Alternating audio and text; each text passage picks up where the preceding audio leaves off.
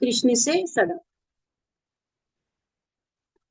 श्लोक बोलते हैं, सच्चिदानंद रूपाय विश्वोत्पत्त्यादि हेतवे तापत्रय विनाशाय श्री कृष्णाय वयं नुमः। कृष्णे सदा मोग्गते धर्म ज्ञानादिभिः सह कलौ नष्ट दृशामेष पुराणाको धुनोदिता। पंचरत्न बोलते हैं, वसुदेव सुतं देवं कंसी चाणूरमर्दनं देवकी परमानन्दं कृष्णं वन्दे जगद्गुरुं। श्रीकृष्णं वन्दे जगद्गुरुम्। अजोऽपि सन्व्यात्मा भूतानामीश्वरोऽपि सन् प्रकृतिं स्वामधिष्ठाय सम्भवाम्यात्ममायया। यदा यदा हि धर्मस्य ग्लानिर्भवति भारत अभ्युत्थानं धर्मस्य तदात्मानं सृजाम्यहम्।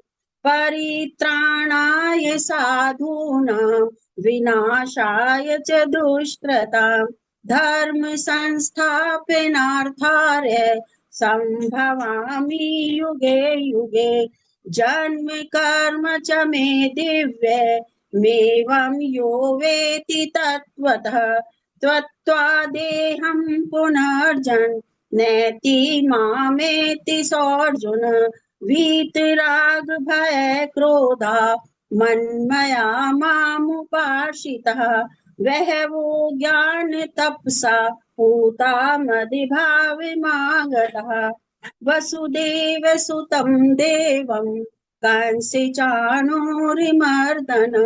देवकी परमानन्दं कृष्णं वन्दे वन्दे जगद्गुरु। श्रीकृष्णं वन्दे जगद्गुरु। हरे कृष्ण। हरे कृष्ण हरे कृष्ण। बहुत बहुत वंदन प्रणाम माताजी। सुबह सवेरे लेकर तेरा नाम प्रभु करते हैं हम शुरू आज का काम प्रभु। हम सुबह सवेरे लेकर तेरा नाम प्रभु करते हैं हम शुरू आज का काम प्रभु। शुद्ध भाव से तेरा ध्यान लगाए हम विद्या का वरदान तुम्हीं से पाए हम। तुम्हीं से है आगाज तुम्हीं अंजाम प्रभु करते हैं हम शुरू आज का काम प्रभु। गुरुओं का सत्कार कभी ना भूले हम इतना बने महान गगन को छू ले हम। तुम्हीं से है हर सुबह तुम्हीं से शाम प्रभु करते हैं हम शुरू आज का काम प्रभु।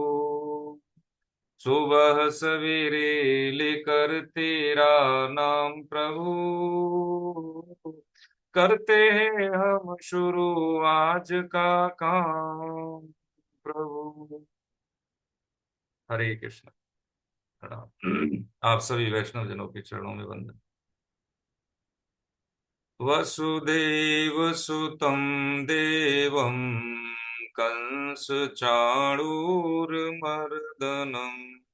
देवकी परमानन्दं कृष्णं वन्दे जगद्गुरु। श्रीकृष्णं वन्दे जगद्गुरु। नारायणं नमस्कृत्य नरं चैव नरोत्तमं देवीं सरस्वती व्यासं ततो जयमुदीरये।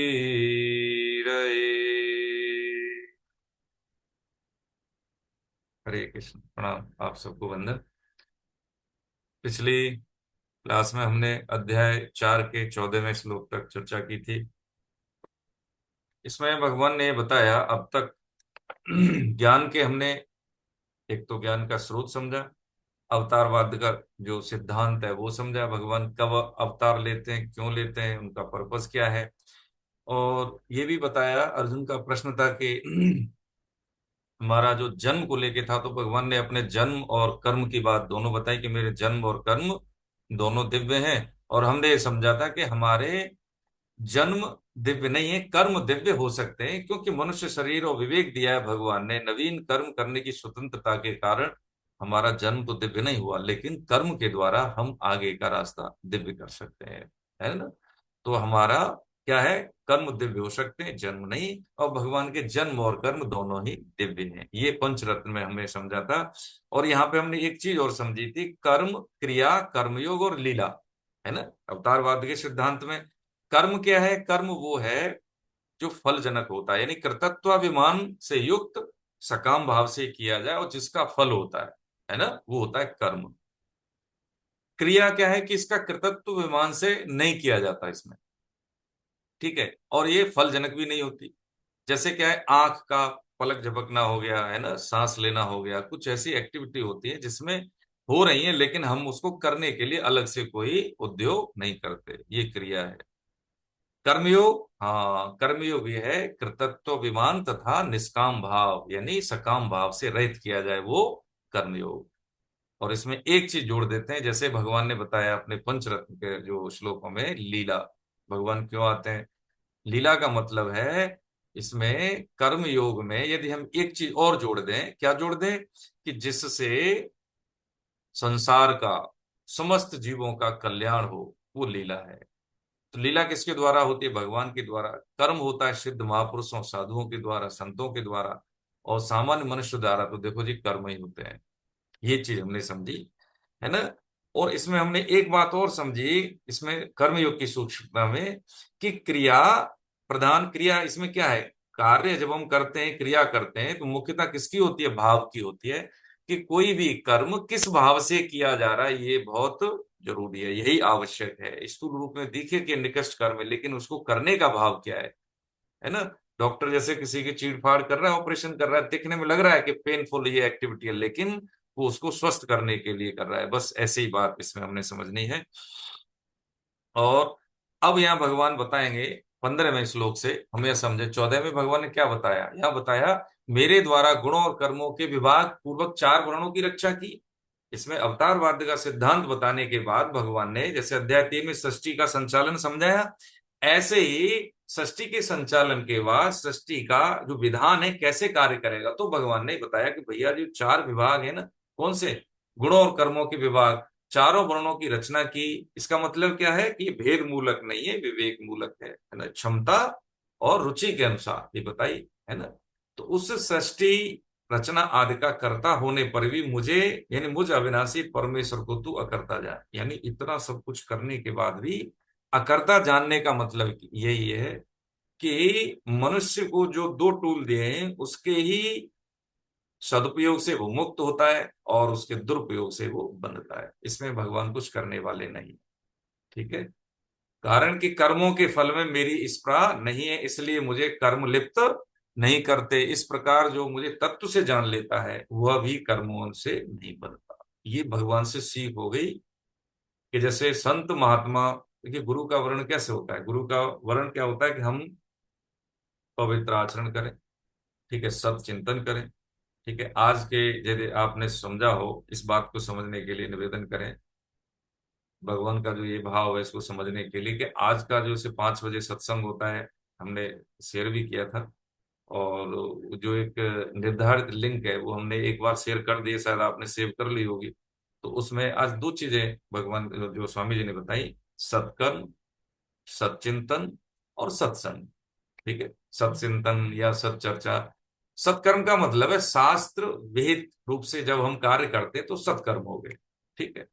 सत्चिंतन का मतलब क्या होता है, कि सत्चर्चा का मतलब क्या होता है, कि भगवत चर्चा, जैसे अभी हम मान ली भगवान की बातें कर रहे हैं, भगवत चर्चा है, सत्चिंतन है।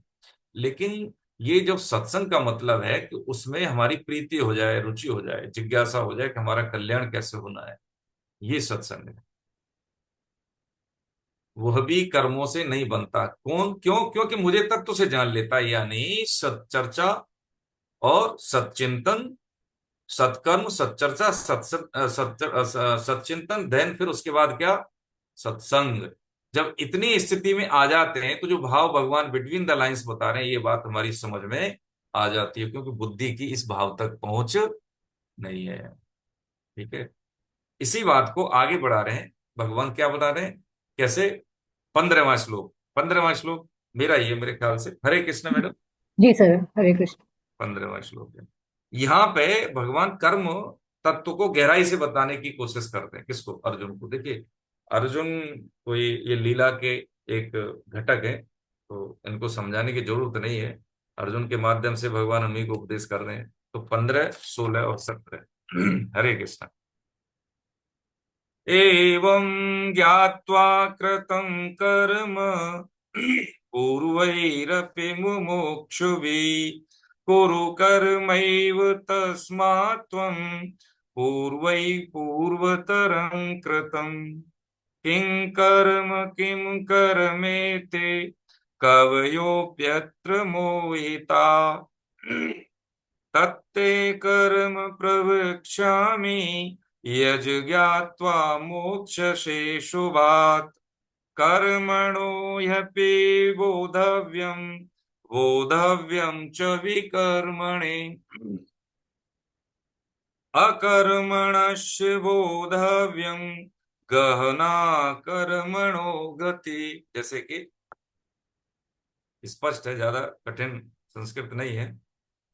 पूर्व एवं ज्ञात्वा कृतम कर्म, यानी पूर्व काल के मुमुक्षुओं ने भी इस प्रकार जानकर कर्म किए।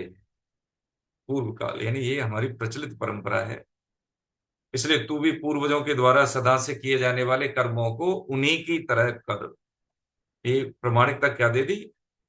अब क्या है, अर्जुन तो जैसे हमारा ही प्रतिनिधित्व कर रहे हैं, तो हम भी कभी कभी कहते हैं कि नहीं हमारी समझ में नहीं आ रहा, कि श्राद्ध तर्पण नहीं आता, क्या गीता गीता क्या बात कर रहे हैं। जैसे बच्चों की बाल संस्कार साल हो गए तो हम जाते हैं, लोगों से मिलते हैं कि भाई इसमें बच्चों को भेजिए। तो देखो क्या करेगा, अभी बच्चे की छुट्टी है तो कुछ वैल्यू एडिशन कर रहा है, वो स्विमिंग कर रहा है ना, वो वहीं पे जो कम्युनिकेशन स्किल के लिए गया है 2 दिन। अब अभी थोड़ा हमें पिकनिक पे भी जाना है।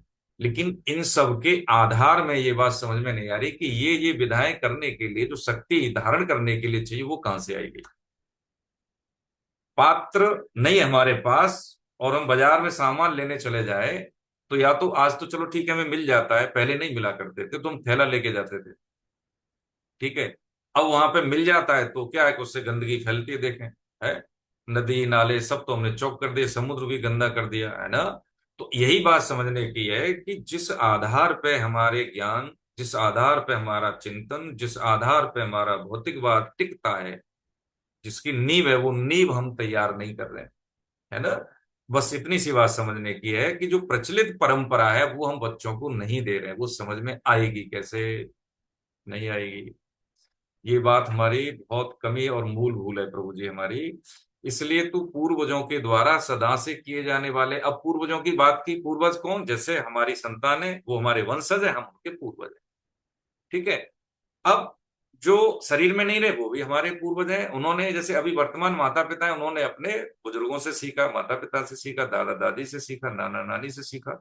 अब वो परंपरा क्या हुई, क्या हो रही? गैप हो रही है। क्यों गैप हो रही है? क्योंकि हमने भी कैरियर और करेंसी को मान्यता दी, भौतिकवाद को मान्यता दी, लेकिन इस चीज को मान्यता नहीं दी कि भौतिकवाद का सदुपयोग, भौतिकवाद का आनंद हम कैसे लें, ये हमको ज्ञान नहीं है। तो ये प्रमाणित है, तस्मा क्षात्रम प्रमाणन्ते कार्य कार्य व्यवस्थित हो। है ना। सब चर्चा का मतलब क्या है? जैसा शास्त्रों में कहा गया है उसकी बात हम मान लें। जब मान लेंगे तो हम उसको जान लेंगे। है ना। तो ये भगवान ने यहाँ पे कि क्या क्या कौन सी तरह से करें, उन्होंने क्या क्या किया था कि किम कर्म, कर्म क्या है, और किम कर्मेति कवि। है ना। और अकर्म, देखो 3 चीजें समझना इसमें, कर्म क्या है और अकर्म क्या है। इस प्रकार इस विषय में विद्वान भी मोहित हो जाते हैं। कर्म और अकर्म क्या है। अतः वह कर्म तत्व में तुझे भली भांति कहूंगा, जिसको जानकर तू अशुभ संसार बंधन से मुक्त हो जाएगा। कर्म का तत्व भी जानना चाहिए, अकर्म का तत्व भी जानना चाहिए, तथा कि विकर्म का तत्व भी जानना चाहिए, क्योंकि कर्मों की गति गहने अर्थात समझने में बड़ी कठिन है। गहना कर्मणो गति, कर्मणो यह भी बोधव्यम यानी कर्म को भी जान, बोधव्यम च विकर्म यानी विकर्म को भी जान, और अकर्मणस्य बोधव्यम और अकर्म को भी जान। तो तीन चीजें समझी, कर्म, अकर्म और विकर्म। कर्म क्या है, जैसे पहले समझा, फलजनक होता है, अच्छे का अच्छा, बुरे का बुरा, ये प्रश्न भी आता है इसमें से। और अकर्म क्या है, अकर्म क्या है, जो हम जब हम निष्काम भाव से कर्तव्य कर्म करते हैं तो उसका परिणाम क्या है, वो विधा क्या है, वो अकर्म है, जिसका कोई फल नहीं होता, वो अकर्म। विकर्म क्या है, वो निकृष्ट कर्म है, जो हमें नहीं करना चाहिए। अब इसको कैसे समझें, कर्म, अकर्म और विकर्म। अकर्म को आसानी से समझने के लिए हम एक बात कर सकते हैं कि अकर्म का मतलब है निष्काम भाव से कर्म करना। इसमें एक चीज और जुड़ जाती है कि यदि आने वाली पीढ़ी हमसे बेहतर करे तो हमें एक्ट न करके अपने आप को पीछे करके उसको स्पेस दे देना, ये भी अकर्म ही है।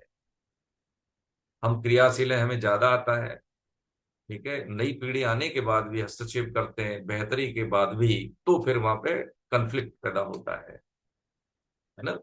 इसलिए हमारे यहाँ वानप्रस्थ की व्यवस्था है।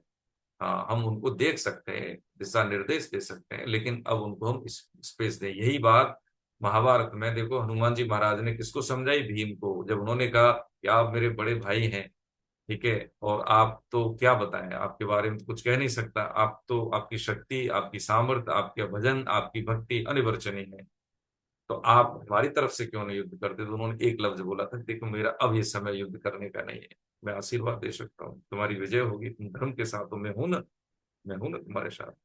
ये अकर्म है, ठीक है। कर्म का तत्व भी जानना, कर्म का तत्व का मतलब है कर्म अपने आप में बंधनकारी नहीं है।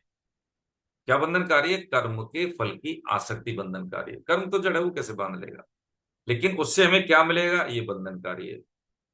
अकर्म को हमने समझ लिया। अकर्म का तत्व क्या है कि हम आए किस लिए, मनुष्य शरीर में। जैसे आज के स्वामी जी सत्संग में, स्वामी जी ने बहुत बढ़िया बात बताई। देखिए, यदि हम सत्संग सुनते हैं तो कहीं ना कहीं हमारे गीता हमारे हृदय में उतरती है कि हम किसको महत्व देते हैं, पैसे को। तो उन्होंने बहुत क्रम से चीजें बताई कि पैसे से क्या आती है, वस्तुएं, तो पैसे से ज्यादा क्या मूल्यवान हुआ वस्तु। हमें दिखता है कि पैसे से सब खरीद लेते हैं, लेकिन एक किसान अन्न नहीं बोए तो पैसा खा लेंगे हम, विनिमय है, हम उससे खरीदते हैं, लेते हैं, लेकिन वस्तु है, उससे बेहतर क्या है, वस्तु। और वस्तुओं से बेहतर क्या है, जैसे जीव, जैसे मान लीजिए गाय है ना, भेड़ है, भैंसे हैं, उनसे हमें मिलता है, आर्थिकी हमारी चलती है, दूध मिलता है ना, उनसे भी हमारा भोजन मिलता है ना। और उससे भी ज्यादा क्या है, उससे भी ज्यादा चीज भगवान ने आगे बताई क्रम से, मनुष्य शरीर, क्योंकि उसमें विवेक है, इंद्रियां हैं, कर्ण है, उपकरणों के माध्यम से वो अपने आप को शुद्ध करता है, ठीक है। इस मनुष्य शरीर की हम उपयुक्तता और उसकी विलक्षणता नहीं समझते। हम वही करते आए जो विभिन्न योनियों में करते आए। तो क्या कह रहे हैं, कर्म और अकर्म को तत्व से जानना चाहिए। विकर्म जो हमें नहीं करने, स्वभाव से ही मूड है। कर्मों की गति गहन का मतलब यही है कि एक इसमें कभी रिटेक नहीं, रियल लाइफ में कभी रिटेक नहीं। रियल की लाइफ में हम रिटेक ले सकते हैं, इसमें कुछ भी हम एक्ट करते हैं, चाहे हो सकता है चिंतन से भी करें, लेकिन वो भी परिणाम देने वाला होता है। इसलिए सच्चर्चा, सच्चिंतन और सत्संग, स्वामी जी ने तीन क्रम बताए। जब तक हमारा अंतःकरण शुद्ध नहीं है तो हमसे कुछ न कुछ चीजें गलत होती रहेंगी, है ना। इसलिए सत्संग के माध्यम से हमें अपने आप को नित्य निरंतर, और उससे क्या होती है, हमें ललक लगी होती है। जैसे हमने थोड़ा सा टेस्ट किया कोई चीज और हमें लगा कि नहीं तो और खानी चाहिए, ऐसे ही क्या है कि विषयों के भोग से क्या होता है कि उससे एक समय के बाद उपरति होती है, चिंतन शुद्ध नहीं होता। लेकिन क्या है, जैसे सत्संग से क्या है, भगवान के गुणों की चर्चा, लीला की चर्चा, इस सत्संग में रुचि हो जाएगी तो और भूख बढ़ती है। ये स्वभाव है ना। कोई व्यक्ति भोगी हो लेकिन उसको एक स्तर के बाद लगेगा करे बेकार है, जैसे लगा ना उनको, ययाति को, है, अपने बेटे की भी जवानी भोगने के बाद लगा करे मैं कहाँ आ गया, है। सौबरी ऋषि को लगा रहे मैंने क्या कर लिया, मैं तो बहुत तपस्वी था, लेकिन कहाँ गृहस्थ में आके मैंने अपना जीवन खराब कर लिया। 5,000 पुत्र हुए उनके। तो जो हमारा उद्देश्य है, उस उद्देश्य जो निर्धारित है उसको हमने स्पष्ट रूप से समझ लिया है, उसकी प्राप्ति में अपनी इंद्रियों को लगा देना, ठीक है, अपने चिंतन को लगा देना, जो भी हम कार्य कर रहे हैं उस कार्य की दिशा उसी में लगा देना, बस यही जीवन जीने की कला है।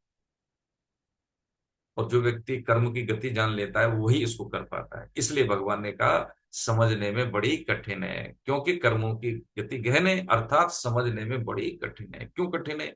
क्योंकि ये कोई भी व्यक्ति जब कोई कर्म करता है तो हम उस किए हुए जो दिख रहा है कर्म करते हुए उसके आधार पर हम उसके कर्मों की गणना नहीं कर सकते कि किस स्टेप में आ रहा है, कौन से कर्म में आ रहा है, वो उसके भाव पे ही निर्भर है। ठीक है। हाँ, अब आगे बता रहे भगवान, पढ़िए 18वां। हरे कृष्ण। 18। हरे कृष्ण। हरे कृष्ण प्रभु जी। प्रभु जी हरे कृष्ण। हरे कृष्ण। कर्मण, एक संबंध पढ़ता हूं सर। हाँ, बहुत बड़े बड़े। कर्म तत्व को जानकर हम्म। सिद्ध हुए कर्म योगी की प्रशंसा करके उसके लक्षण 4.11 से 20 तक में बताते हैं। हरे कृष्ण।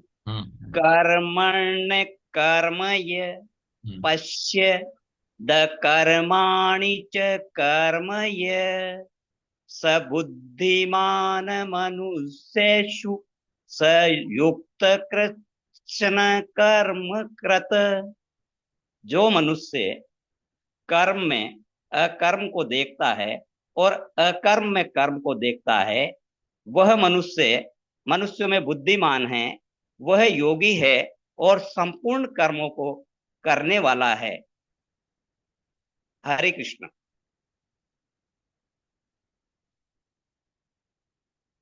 प्रभु जी जैसे इसमें इस तरह से कह रहे हैं कि कर्म में अकर्म करने का मतलब यह है कि जो भी व्यक्ति कर्म करता है और कर्म में उसकी आसक्ति नहीं होती, कर्म फल में उसकी निर्लिप्तता नहीं होती, कि वो उसमें इस बात का अहंकार नहीं आता कि ये कर्म मेरे द्वारा किया जा रहा है, उसको कर्म में अकर्म करना कहते हैं। और इसी प्रकार से जो कर्म में करने लग जाता है उस पुरुष को योगी के समान मानने लगते हैं।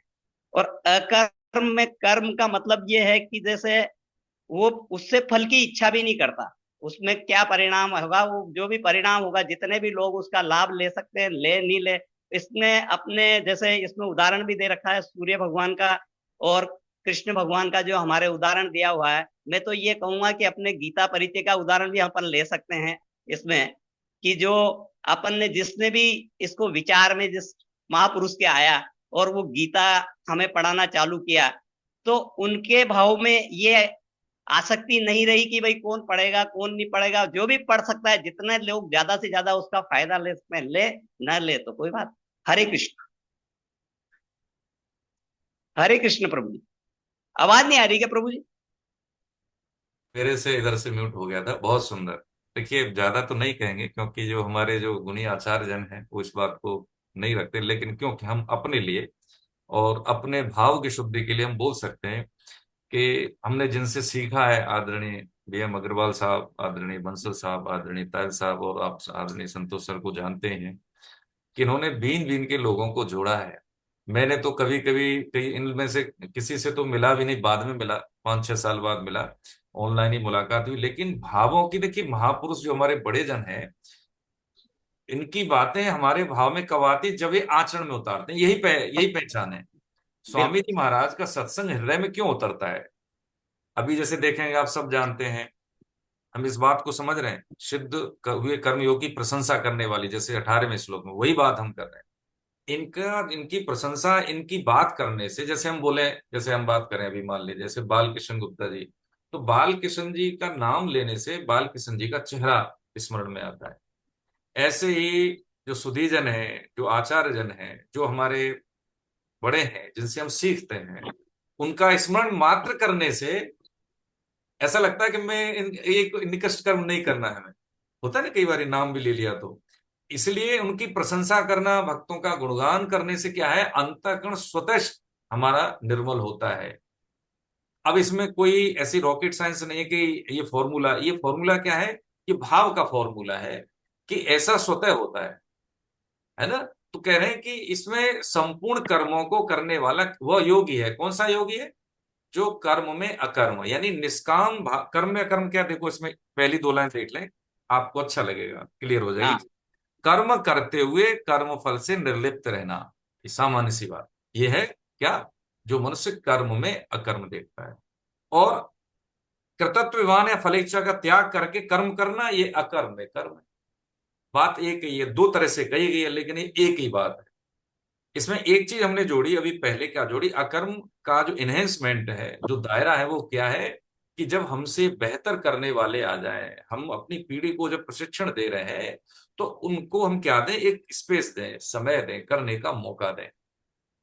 तो वो भी अकर्म है, क्योंकि हम देख रहे हैं, कर्म नहीं कर रहे, लेकिन कर्म करने का स्पेस हमारे द्वारा दिया जा रहा है, पीढ़ी को पोषण दिया जा रहा है, वो भी अकर्म है, निष्कामता है। ठीक है। हम हैं तब तक हम नहीं रहेंगे तो कैसे घर चलेगा, हम नहीं रहेंगे तो कैसे देश चलेगा, ऐसी बात नहीं होनी चाहिए, है ना। तो ये वह मनुष्यों में बुद्धिमान है, वह योगी है। योगी का मतलब उसका हर कर्म अपने उद्देश्य प्राप्ति की ओर जुड़ रहा है, जा रहा है, स्टेप बाय स्टेप जा रहा है, संपूर्ण कर्मों को करने वाला कृत कृत्य है, उससे कुछ छूटता नहीं। उसके पास इतनी एनर्जी, इतना स्पेस, इतना बोध रहता है कि उससे काम भर की चीजें हो जाती, छूटता नहीं। अब देखें, सामान्य भाषा में हम समझ लें कि जैसे देखा होगा हमने कि जो ऑफिसर रैंक के होते हैं, या जैसे कोई उच्च कोटि के व्यवसायी होते हैं, वो क्या करते हैं? वो क्या करते हैं? समय 24 घंटे। अच्छा, आप में से बहुत से देखो होते होंगे कि जैसे सुबह में हम स्वामी जी का सत्संग सुनते हैं, तो क्या करते हैं, बहुत से नाम जप भी करते हैं, एकदम ध्यान से सत्संग भी सुनते हैं। नाम जप चल रहा है, सत्संग चल रहा है, ठीक है। अब सत्संग अलग से करेंगे मान लो तो आधा घंटा, नाम जप करेंगे तो आधा घंटा, यानी 1 घंटे का काम उन्होंने कितने में कर लिया? आधा घंटे में। तो उनका 24 घंटे कितने हो गए? 24.5 घंटे में। 24:30। आप समझ रहे हैं इस चीजों से? कहने का मतलब ये है कि उनका जो स्तर है, जो भक्त होता है, बहुत चतुर होता है, कम आयु में ज्यादा काम कर लेता है वो, उनसे कुछ छूटता नहीं है, क्योंकि उनका फालतू की चीजों में, अनवांटेड थॉट के प्रति कोई भी भाव नहीं रहता। वो श्योर शॉट लेते हैं, सारी ऊर्जा उनकी अपने उद्देश्य की प्राप्ति के लिए होती है। हम भोगों में लिप्त रहते हैं, हमें ये अच्छा लगता है, ये भी चाहिए, वो भी चाहिए, मान बढ़ाई चाहिए, तो इसमें क्या है, हमारी एनर्जी बढ़ जाती है, उद्देश्य पीछे रह जाता है, और हम वहीं के वहीं रह जाते हैं, दौड़ते रहते हैं लेकिन पहुंचते कहीं नहीं। तो ये भगवान अध्याय 3, 4, 5, 6, यानी 2 से जब शुरू किया है, ये हमारे व्यक्तित्व का गढ़ है, नींव मजबूत कर रहे हैं। अभी प्लेटफॉर्म अर्जुन का बना नहीं है। हाँ, ये बात हम समझ लें, प्लेटफॉर्म बनेगा 8वें अध्याय के बाद, फिर मतलब पिच तैयार हो जाएगी, तो फिर बॉल खेलेंगे भगवान। अभी तो हमारा प्लेटफॉर्म बना नहीं है ना। ठीक है। तो ये भगवान ने बता दिया, कर्म करने की विधा बताई, उसकी गहनता बताई, और उस कर्म का हम जैसे समय में जो भी हम कर्म करते हैं उसके प्रति बोध बताया कि हमें कैसे करना चाहिए। ठीक है। 19वां 20वां, प्रभु जी हरे कृष्ण। हम्म। हरे 19वां, Krishna sir. Sir Narayan ji logged in नहीं है, नारायण साहब, हाँ। ललित जी से रिक्वेस्ट करिए, वो नारायण जी लॉग्ड इन नहीं है। अच्छा, जय हरे श्री कृष्णा। कृष्ण प्रभु जय जी, श्री हरे कृष्णा, कृष्ण। जय श्री कृष्णा सर। प्रणाम, हरे कृष्ण जी। सर मैं पढ़ू 19वां हाँ, 19 बढ़िया, 19 20। ओ अच्छा, शायद किसी और नाम से लॉग्ड इन है। ओके, हरे कृष्ण। हम्म। जय श्री कृष्ण। हम्म। यस सर्वे समारंभा है काम संकल्प वर्जिता ज्ञानानि दग्ध कर्माण तमाहु पंडित गुहा ते कत्वा कर्म फल संग नित्य तृप्तो निराश्रय कर्मण्यभिवृत्तोऽपि नैव किंचित करोति से। जिसके संपूर्ण कर्मों के आरंभ संकल्प और कामना से रहित हैं, जिसके संपूर्ण कर्म ज्ञान रूपी अग्नि से जल गए हैं, उसको ज्ञानी जन भी पंडित या बुद्धिमान कहते हैं। जो कर्म और फल की आसक्ति का त्याग करके संसार के आश्रय से रहित, सदा तृप्त, वे कर्मों में अच्छी तरह लगा हुआ भी वास्तव में कुछ नहीं करता। बहुत बढ़िया। बताइए अपने शब्दों में। आरंभ अर्थात कामना पूर्ति हेतु नए नए कार्यों को शुरू करना, लेकिन सिद्ध कर्मयोगी कामना के वशीभूत होकर कार्य शुरू नहीं करते, अपितु भगवान की प्रसन्नता या लोक संग्रह के लिए कार्य करते हैं। अर्थात कुछ व्यक्ति तो अपनी कामनाओं की पूर्ति के लिए कार्य करते हैं, और कुछ व्यक्ति जिसमें जो भी कार्य करते हैं वो भगवान के नाम से ही कार्य करते हैं, कि मैं जो कर रहा हूँ तुम्हारे नाम से ही कर रहा हूँ, जो कर रहा हूँ तुम्हारे अनुसार ही कर रहा हूँ। तो उसमें जब हम भगवान का नाम लेके जो भी कार्य करते हैं, तो उसमें कामना की जगह परमात्मा का संकल्प आता है, भगवान का नाम आता है। तो जो भी कर्म करते हैं उसमें कर्मों की जो कहने का मतलब कि हम उसमें लिप्त नहीं होते। और जैसे कुछ व्यक्ति ऐसे करते हैं कि मैं ये कर्म कर लूंगा तो मुझे इतने पैसे हो जाएंगे, मैं ये कर्म करूंगा तो मेरे बच्चे ये हो जाएंगे। जबकि हम कोई भी कर्म करें तो भगवान का नाम लेके करें, तो सारे अपने कर्म हैं, जो सारे कार्य हैं वो अपने आप ही सिद्ध हो जाएंगे, अपने आप ही पूर्ण हो जाएंगे। ऐसा भगवान कहते हैं कि जो मेरे को बचते हुए कर्म करेगा उसके सारे फल अपना आप ही पूर्ण हो जाएंगे। हाँ, बहुत बढ़िया। देखिए, इसमें एक बात समझें। दूसरा, जब हम शब्द यूज करते हैं कि हम कर्म दूसरों के लिए करें, तो दूसरे का मतलब क्या है इसमें? दूसरे में हमारा शरीर भी आता है, शरीर धर्म भी है। ठीक है, कर्तव्य कर्म दूसरों के लिए करते हैं तो हमारे लिए कुछ करने के लिए नहीं रहता, हमारे सारे कर्म समाप्त होते हैं। ऐसा माने जो स्वामी जी सत्संग में समझाते हैं कि जब हम भोग बुद्धि से कर्म करते हैं तो इसका मतलब है स्व के लिए, परिवार के लिए। हम कहें कि मान लीजिए हम तो परिवारी जनों के करते हैं, ठीक है, लेकिन परिवारी जनों को हम क्या मानते हैं? अपना, इनसे मुझे लाभ मिलेगा, ये मेरी देखरेख करेगा, ये मेरा बेटा मेरा नाम करेगा। तो इसके पीछे कहीं ना कहीं छुपी हुई है इच्छाएं, कामनाएं। यदि हम कर्तव्य बोध से और उद्देश्य परक होकर कार्य करते हैं तो अपना शरीर धर्म निभाने के लिए, अपने शरीर के लिए किए हुए कर्म भी दूसरे के लिए हैं। समझे इस चीज को?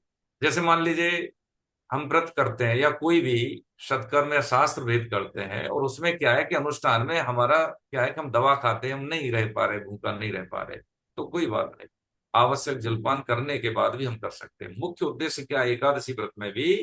कि भगवान नाम, भगवान की स्मृति, है ना। और शरीर धर्म क्या कहता है? शरीर धर्म व्यक्तिगत होते हैं। किसी का शरीर, ठीक है, वो साधना के परायण हो सकता है, किसी का नहीं हो सकता। तो यहाँ पे समझने की बात सिर्फ ये है कि जो कर्म और फल की आसक्ति का त्याग करके संसार के आश्रय से रहित सदा तृप्त है, वह कर्मों में अच्छी तरह लगा हुआ भी वास्तव में कुछ नहीं करता है। दूसरे के लिए ना शरीर भी हमारा दूसरे में आ जाता है, क्योंकि मिला हुआ है। इसका धर्म क्या है? इसका धर्म है स्वास्थ्य, इसको स्वस्थ रखना, व्यायाम के माध्यम से, शिक्षा के माध्यम से, है ना, और चिंतन के माध्यम से। अब इसको आवश्यक सामग्री खाने पीने के लिए देना, अनुकूल वातावरण देना, ये शरीर के धर्म को निभाने का एक कर्तव्य कर्म है। समझे इस चीज को हम? हाँ, ऐसा नहीं है। दूसरी बात इसमें क्या है कि जो हमें मिला हुआ है, जैसे परिवारीजन मिले हुए हैं, ये हमें इसलिए मिले हुए हैं कि इनको हम अपना एक अकाउंटेबिलिटी मान के इनकी सेवा में रहें। हम, हमारा भाव, जैसे बेटी की हम शादी कर देते हैं, तो जैसे ही बेटी की शादी करते हैं माता पिता, है ना, तो क्या है कि शादी होने के बाद स्वमेव उनको ये लग जाता है कि अब हमारी जिम्मेदारी इस बच्ची के जीवन यापन की नहीं रही, ये स्कूल की होगी, उसके पति की होगी। होता है कि नहीं होता है? और जब ऐसा कुछ लगता है तो हमें ऐसा लगता है कि हम अतिरिक्त कर रहे हैं उसके लिए, वो ठीक है, भाव रहते हैं माता पिता के। ऐसे ही भगवान ने ये हमें संबंध इसलिए दें क्योंकि इनका दायित्व बोध हमसे बना रहे, ये मेरा कर्तव्य है इनकी सेवा करना। लेकिन है ये भगवान के ही जन, है ना। दूसरा और अपने में भेद हम स्पष्ट नहीं कर पाते, इसलिए हम फिर उलझ जाते हैं।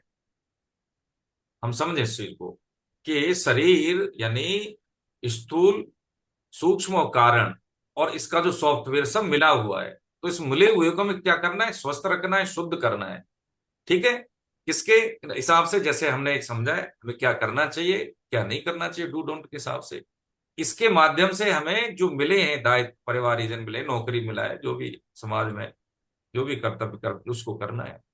जब इसके आश्रय के साथ हम कार्य कर रहे थे तो हमारे लिए कुछ करने के लिए शेष नहीं रहता। इसी को कहा गया सदा तृप्त है, वो सदा तृप्त है। उसके लिए कुछ जो अपने लिए करता है उसके लिए हमेशा शेष रहता है करने के लिए। और जो दूसरों के लिए करता है उसके लिए करने के लिए कुछ शेष नहीं रहता है। उसी के लिए क्या है, भगवान ने आश्रय से रहित और सदा तृप्त है। किसके आश्रय से? संसार के आश्रय से। ये बात समझने की, ठीक है। हरे कृष्ण। आगे बढ़े प्रभु जी, 21वां श्लोक। 21वां 22वां। हाँ कौन है प्रभु जी? तैयार रहा करें आप। हरे आगे कृष्ण। भजन सर साहब। पुरुषोत्तम, आदरणीय पुरुषोत्तम लाल शर्मा जी। हाँ पुरुषोत्तम लाल साहब कहाँ गए?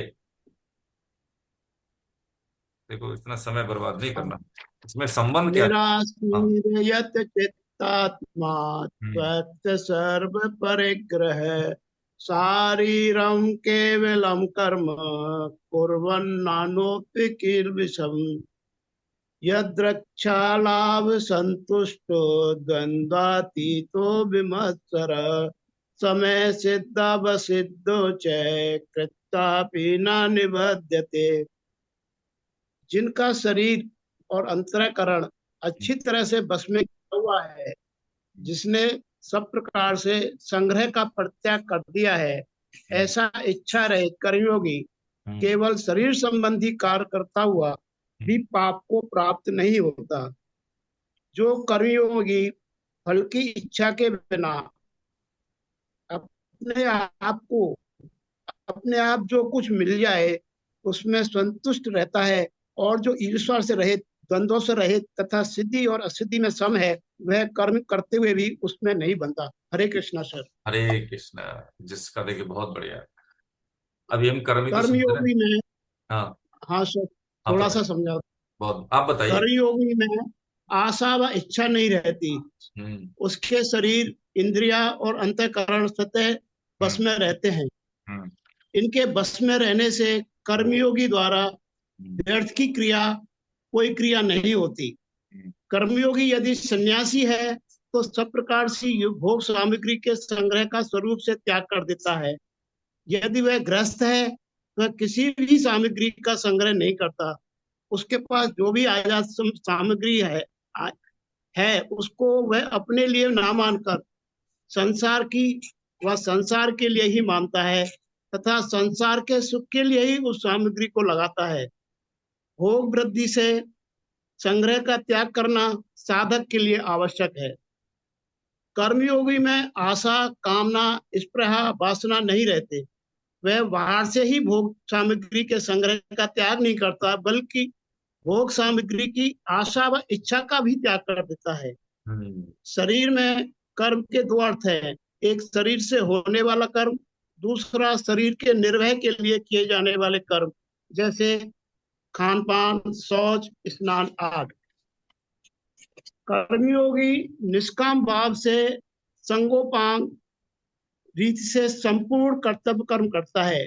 फल प्राप्ति के लिए का उद्देश्य न रखकर कर्म करने पर फल के रूप में अनुकूलता, प्रतिकूलता, लाभ, हानि, मान अपमान, स्तुति, निंदा जो भी मिलता है वह उसके अंतःकरण के कोई असंतोष नहीं होता। कर्मयोगी का किसी भी प्राणी से लेस मास भी ईर्ष्या का भाव भी नहीं रहता। कर्मयोगी की सभी क्रियाएं प्राणी मात्र के हित के लिए ही होती हैं। यदि उसमें लेस मात्र भी ईर्ष्या का भाव होगा तो संपूर्ण क्रियाएं दूसरों के हित के लिए नहीं होंगी। कर्मयोगी सभी प्रकार के द्वंद्वों से अतीत होता है, इसलिए वह सुखपूर्वक संसार बंधन से मुक्त हो जाता है। किसी कर्तव्य कर्म का निर्वधन रूप से पूरा हो जाना सिद्धि है और किसी प्रकार के विघ्न परेशानी के बिना विघ्न बाधा के कारण पूरा ना होना असिद्धि है। कर्म फल मिल जाना सिद्धि और असिद्धि और ना मिलना असिद्धि होता है।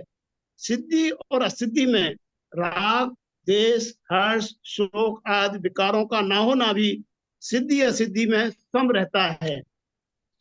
अपना कुछ भी नहीं है, अपने लिए कुछ भी नहीं है चाहिए और अपने लिए कुछ भी नहीं करना, ये तीनों बातें ठीक से अनुभव में आ जाएं तभी सिद्धि असिद्धि में पूर्णतः समता आ जाएगी।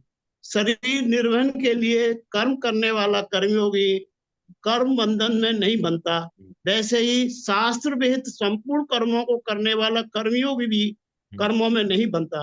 वास्तव में कर्मयोग में कर्म करना, अधिक करना, कम करना, ना करना बंधन का कारण नहीं है। इसमें जो लिप्तता है, लगाव है, वही बंधन का कारण है। हरे कृष्णा सर। हरे कृष्ण, बहुत बढ़िया। देखिए, इसमें जैसे भगवान ने भी बताया है ना, ऊपर जो श्लोक में 20वें श्लोक में बताया कि भाई कर्मों की निर्लिप्तता का वर्णन किया। अब इसमें बता रहे हैं निवृत्ति परायण और प्रवृत्ति परायण। देखिए, बहुत ये उपयुक्त और जीवन के सिद्धांत हैं जो हमेशा हमारे काम आने वाले हैं।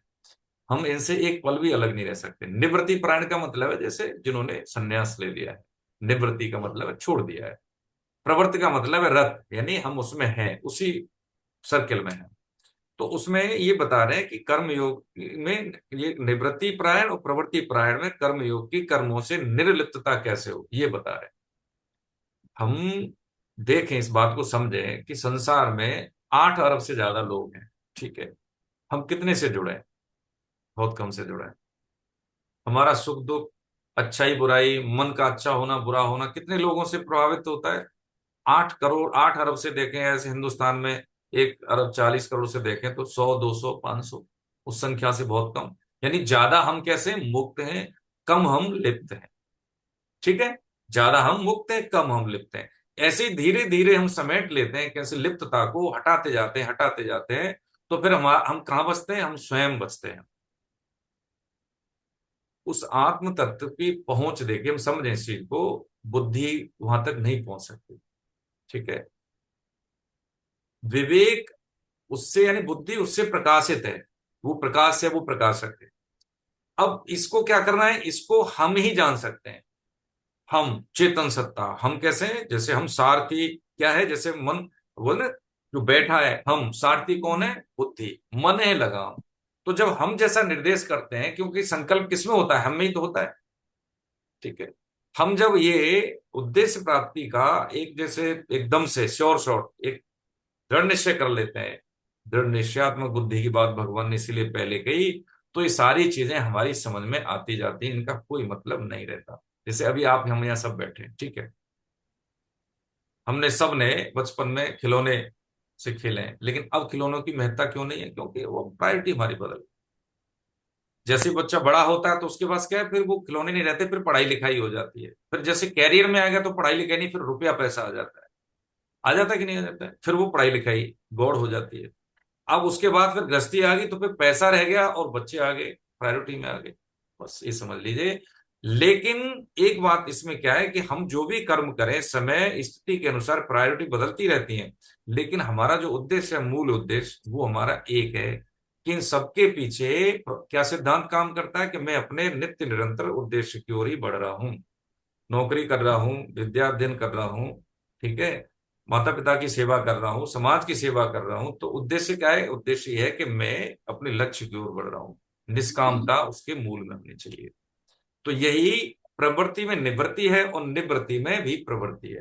प्रवृत्ति में निवृत्ति बहुत अच्छा सिद्धांत है, बढ़िया है कि हम प्रवृत्त दिख तो रहे, लेकिन हम निष्काम भाव से कर रहे हैं, तो वो प्रवृत्त मार्ग भी निवृत्ति मार्ग से कम नहीं है। हम सन्यासी बन जाए, साधु बन जाए, देखो जी हम तो समाज से कोई लेना देना नहीं है, लेकिन चिंतन हमारा भोगों का रहे, तो वो निवृत्त होते हुए भी प्रवृत्त हो गया। वो एक घातक है इसमें। देखिए, एक स्मरण आ रहा है।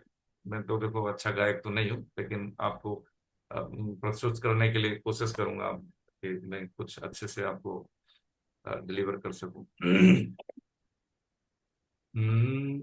बेच दी क्यों जिंदगी दो चार आने के लिए, बेच दी क्यों जिंदगी दो चार आने के लिए, एक दो लम्हे तो रखता मुस्कुराने के लिए।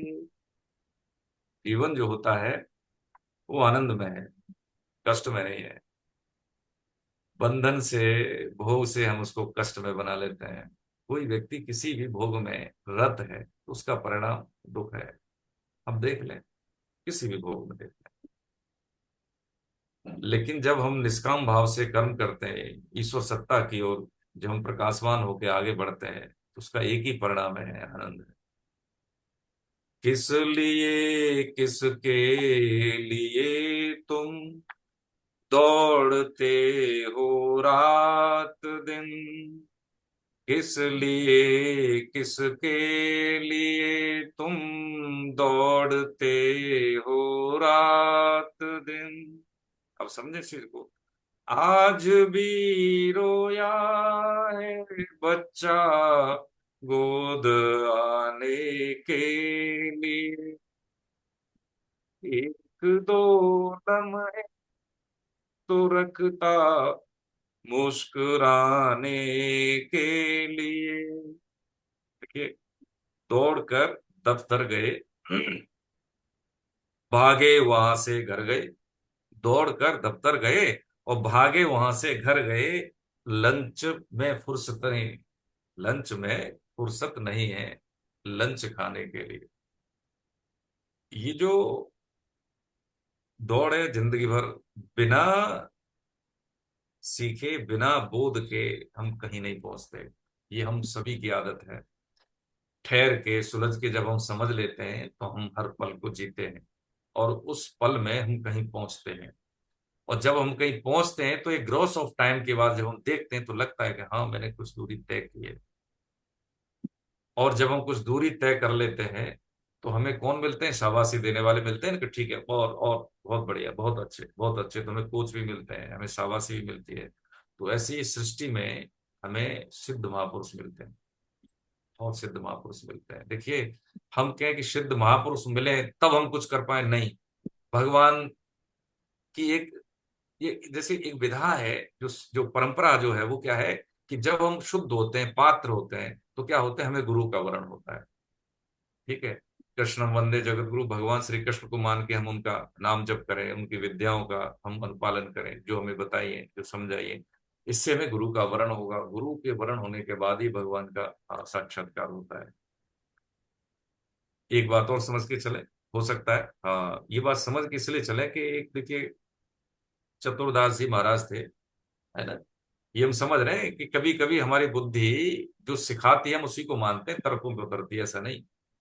गुरुजन, परंपरा से प्रचलित ज्ञान, ये हमें कम समय में अधिक चीजें दे देता है और टारगेटेड चीजें होती हैं। तो बहुत दिन हो गए गुरु सेवा करते हुए चतुरदास जी को। एक दिन क्या हुआ कि लघु शंका में थे गुरु जी, और वो हाथ, जैसे ना हस्त प्रक्षालन के लिए पानी लेके खड़े थे, तो वो हंसने लगे। तो गुरुजी को हंसते देख के उन्होंने बोला कि गुरुजी आप हंसे क्यों, कोई न कोई कारण होगा। उन्होंने कहा, तू कैसा शिष्य है और बताओ, मेरी हंसी नहीं पहचान पाया? तो तुम एक काम करो, अब इस बात की खोज करके आओ कि हम क्यों हंसी आई हमें लघु शंका के समय। उन्होंने कहा कि भाई ये तो बड़ा कठिन विषय होगा, कैसे करें? गुरुजी ने सेवा से निकाल दिया। तो वो जहां जाते और ये आदेश दिया कि जब तक प्रश्न का उत्तर नहीं लाएंगे तो आप वापस मत आना। तो जब चले गए तो जहां भी सत्संग होता है यही बात पूछते कि हमारे गुरुजी लघु शंका में थे और वो हंसने लगे, तो वो क्यों हंसे, हमें ये बताए।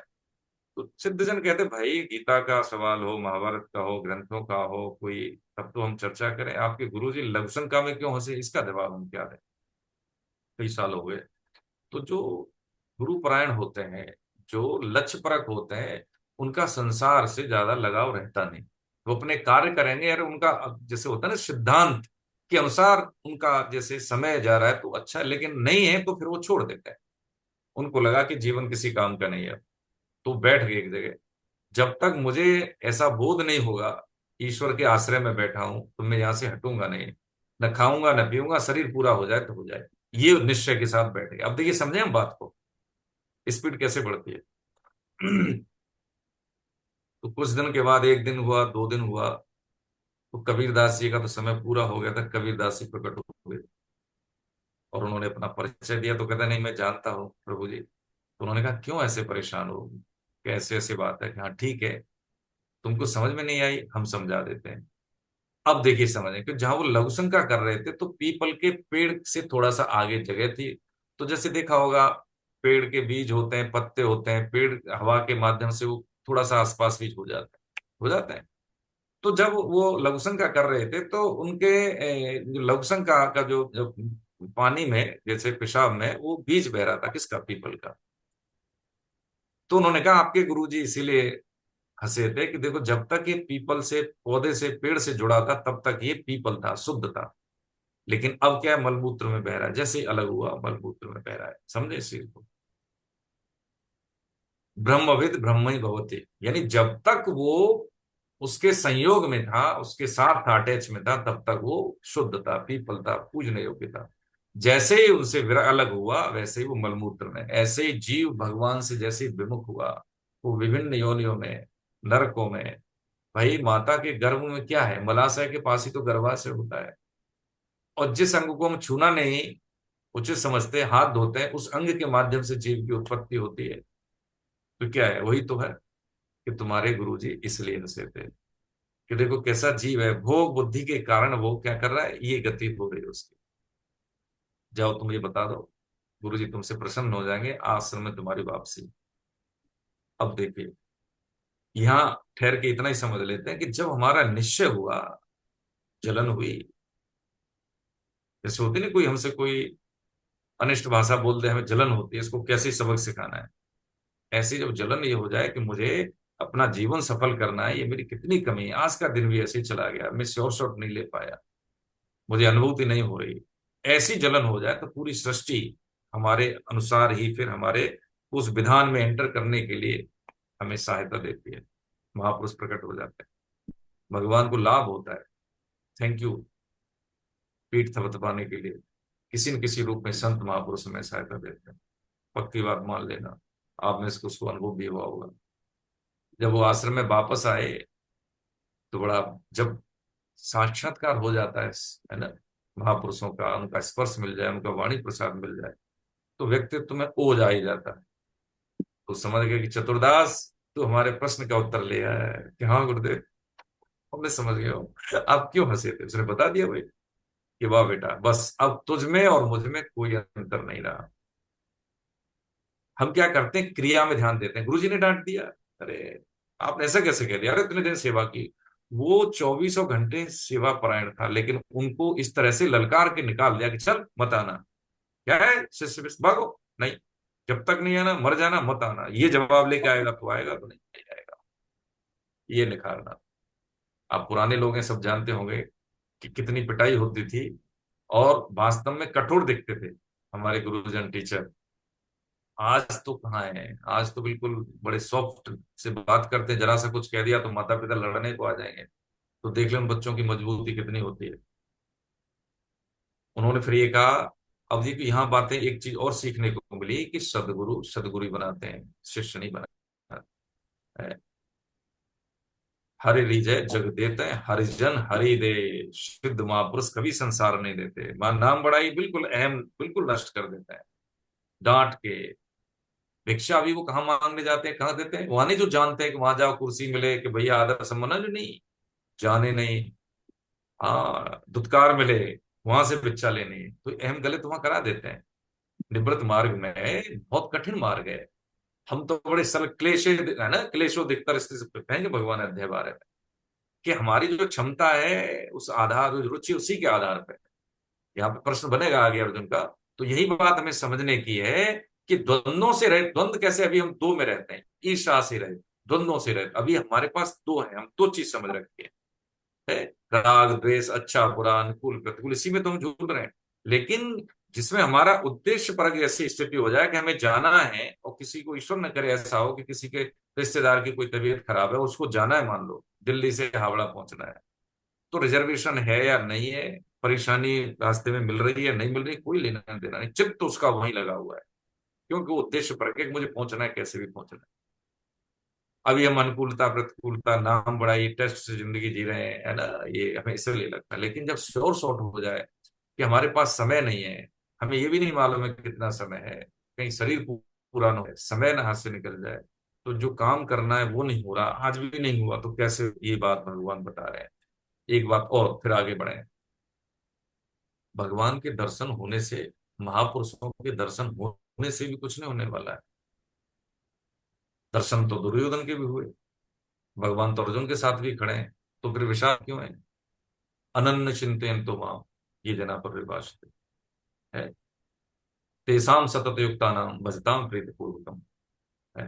तो कई बार भगवान ने यही इशारा किया है कि तू चिंतन कर मेरा भाई, तेरे अंदर जो है वो मैं ही हूं। अभी मैं द्वंद का मतलब समझ रहे हो? हाँ। तो दर्शन होने से भी कुछ नहीं लाभ होता जब तक उनकी बात को हम न माने। स्मृति का बोध तभी होता है, तभी ये हम नहीं रहते, द्वंद का गलन हो जाता है, फिर द्वंद नहीं रहता, फिर एक ही रहता है, ब्रह्मोविद ब्रह्म है ना। ये बात समझ। हरे कृष्ण। हाँ, 23वां श्लोक माता जी का है। हरे कृष्ण।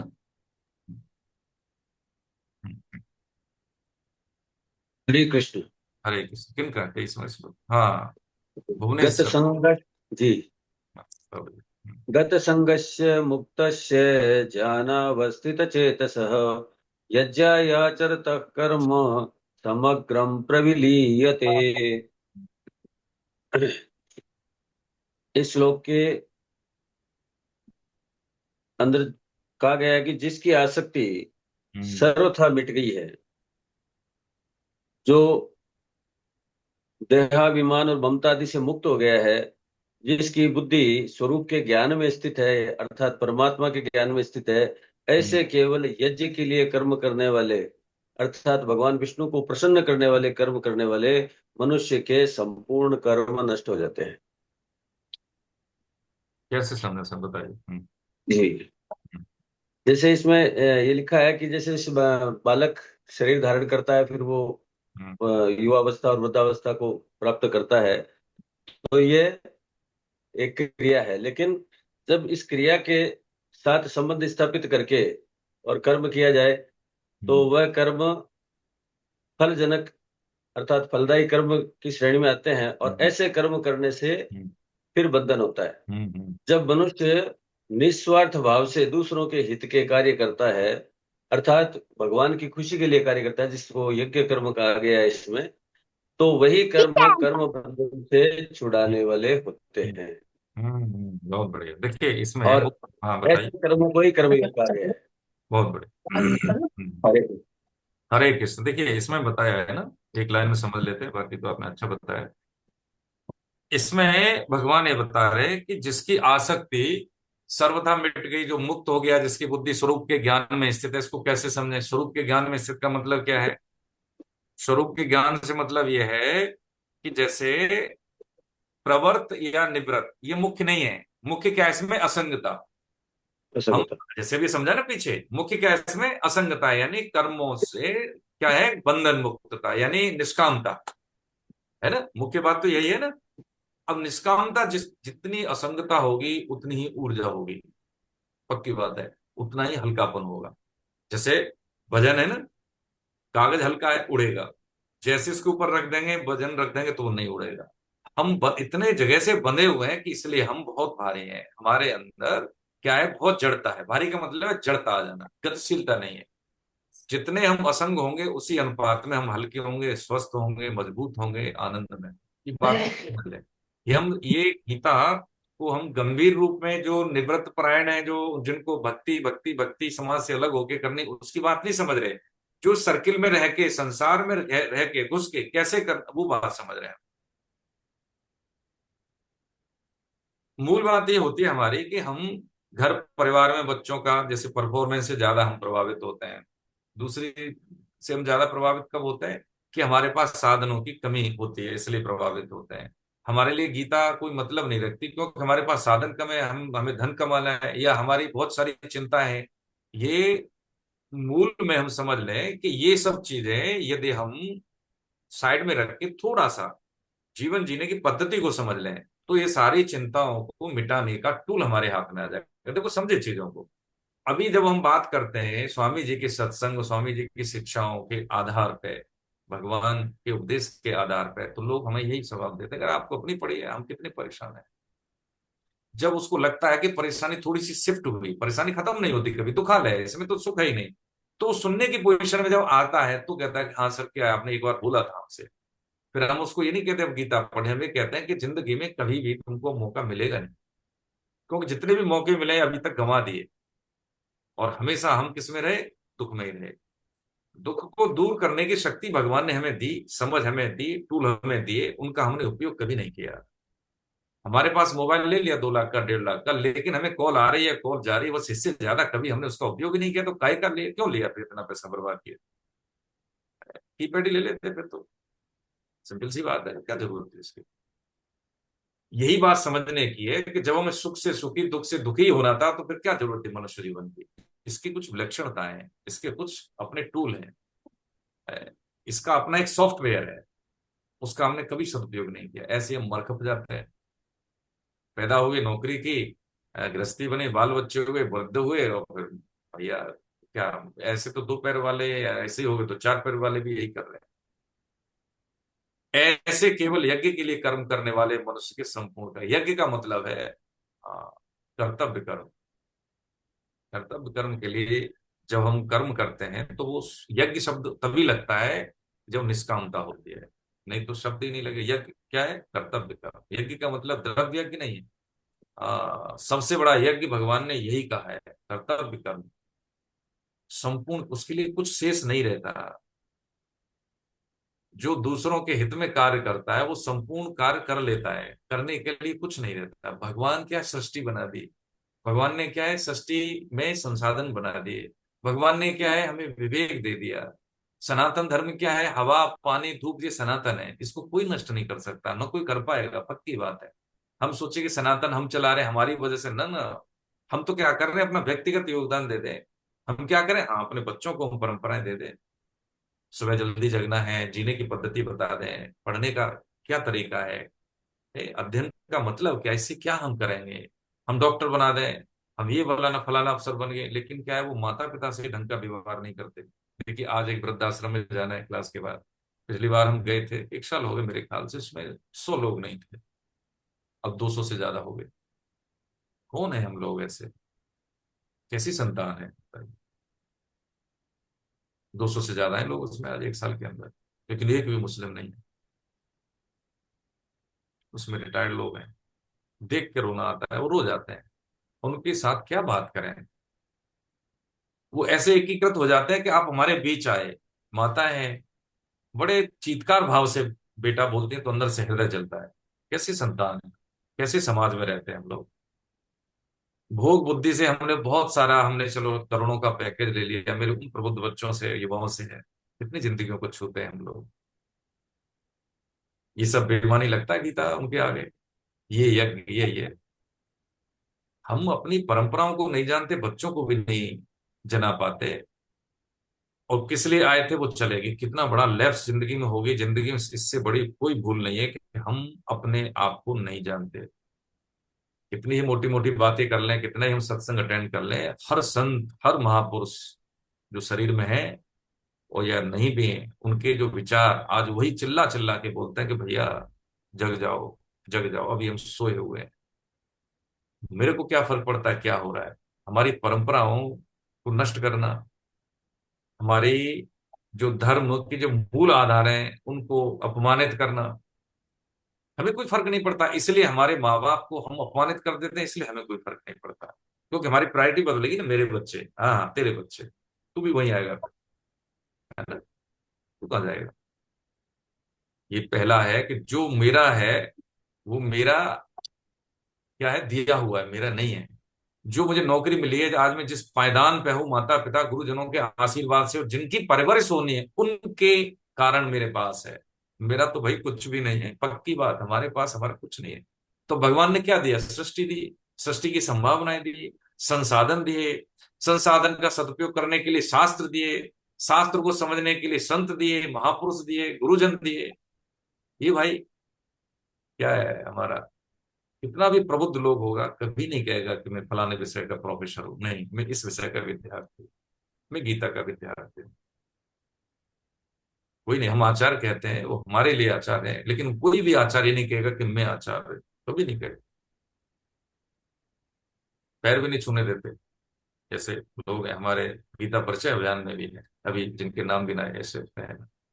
क्या ये इसलिए कर पा रहे हैं क्योंकि इनमें उस काम भाव है नहीं। आप उनको माने न माने कोई फर्क नहीं पड़ता, आप भगवान की बात मान लें। संत तो वही जो अपने से न जोड़ के ईश्वर की तरफ जोड़ दे। पहले कुछ उसमें मांग है, कुछ डिमांड है, मान सम्मान की, तो देखो जी वो भी संत नहीं। ठीक है, कुछ न कुछ योगदान दे रहे हैं, प्रणाम है उनको भी, ताकि हमारी पीढ़ी समझे। लेकिन ये बात समझ में आ जाए हमारे में कि मेरी जो यात्रा है अध्यात्म की, वो मेरे से ही शुरू होनी है, बाहर से नहीं। मेरे घर से, मेरे परिवार से, यहीं से शुरू होनी, मेरे माता पिता से, पत्नी से, पति से, बच्चों से, यहीं से शुरू होनी। ये नींव है। उसके लिए समाज भी दोनों हाथों से स्वागत करता है उसका, कि हाँ आप कुछ देने आए तो बिल्कुल जो है झोली भर के हम ले भी लेंगे। इसका मतलब एक शब्द भी वो डिलीवर करता है, उतरता है, उसको लगता है कि हाँ कुछ मिला है, मुझे कुछ सीख मिली है इनसे, ठीक है, अच्छा लगा, आप जो कह रहे हैं बिल्कुल ठीक कह रहे हैं। वो सेवा करता है, 24 घंटे सेवा करता है वो। 24 घंटे को कितने घंटे में बदल सकता है, वो उसकी अपनी सामर्थ्य है। पूरी सृष्टि उसको हेल्प करती है उसके लिए। जैसे होता है ना कि देखो हम वोट किसको देते हैं, जो हमारे देश में अच्छा काम करे। ऐसे ही भगवान उसको पूरी सामर्थ्य देते हैं, संसाधन देते हैं उसको। कभी सृष्टि सिद्धांत में बताया ना, अभी अध्याय 3 में हमने समझाया। बस इतनी सी बात है। हरे कृष्ण। आगे बढ़े प्रभु। हाँ, 24। हरे कृष्ण। हरे कृष्ण। माता जी। हाँ। ब्रह्माणि अर्पण ब्रह्माण हवे, ब्रह्माण अग्नौ ब्रह्माण भूतम्, ब्रह्मणे तेन गन्तव्यम्, ब्रह्म कर्म समाधिना। जिस यज्ञ में अर्पण अर्थात स्तुवा आदि भी ब्रह्म है और हवन किए जाने योग्य द्रव्य भी ब्रह्म है, तथा ब्रह्म रूप कर्ता के द्वारा ब्रह्म रूप अग्नि में आहुति देना रूप क्रिया भी ब्रह्म है। उस ब्रह्म कर्म में स्थित रहने वाले योगी द्वारा प्राप्त किए जाने योग्य फल भी ब्रह्म ही है। इसमें भगवान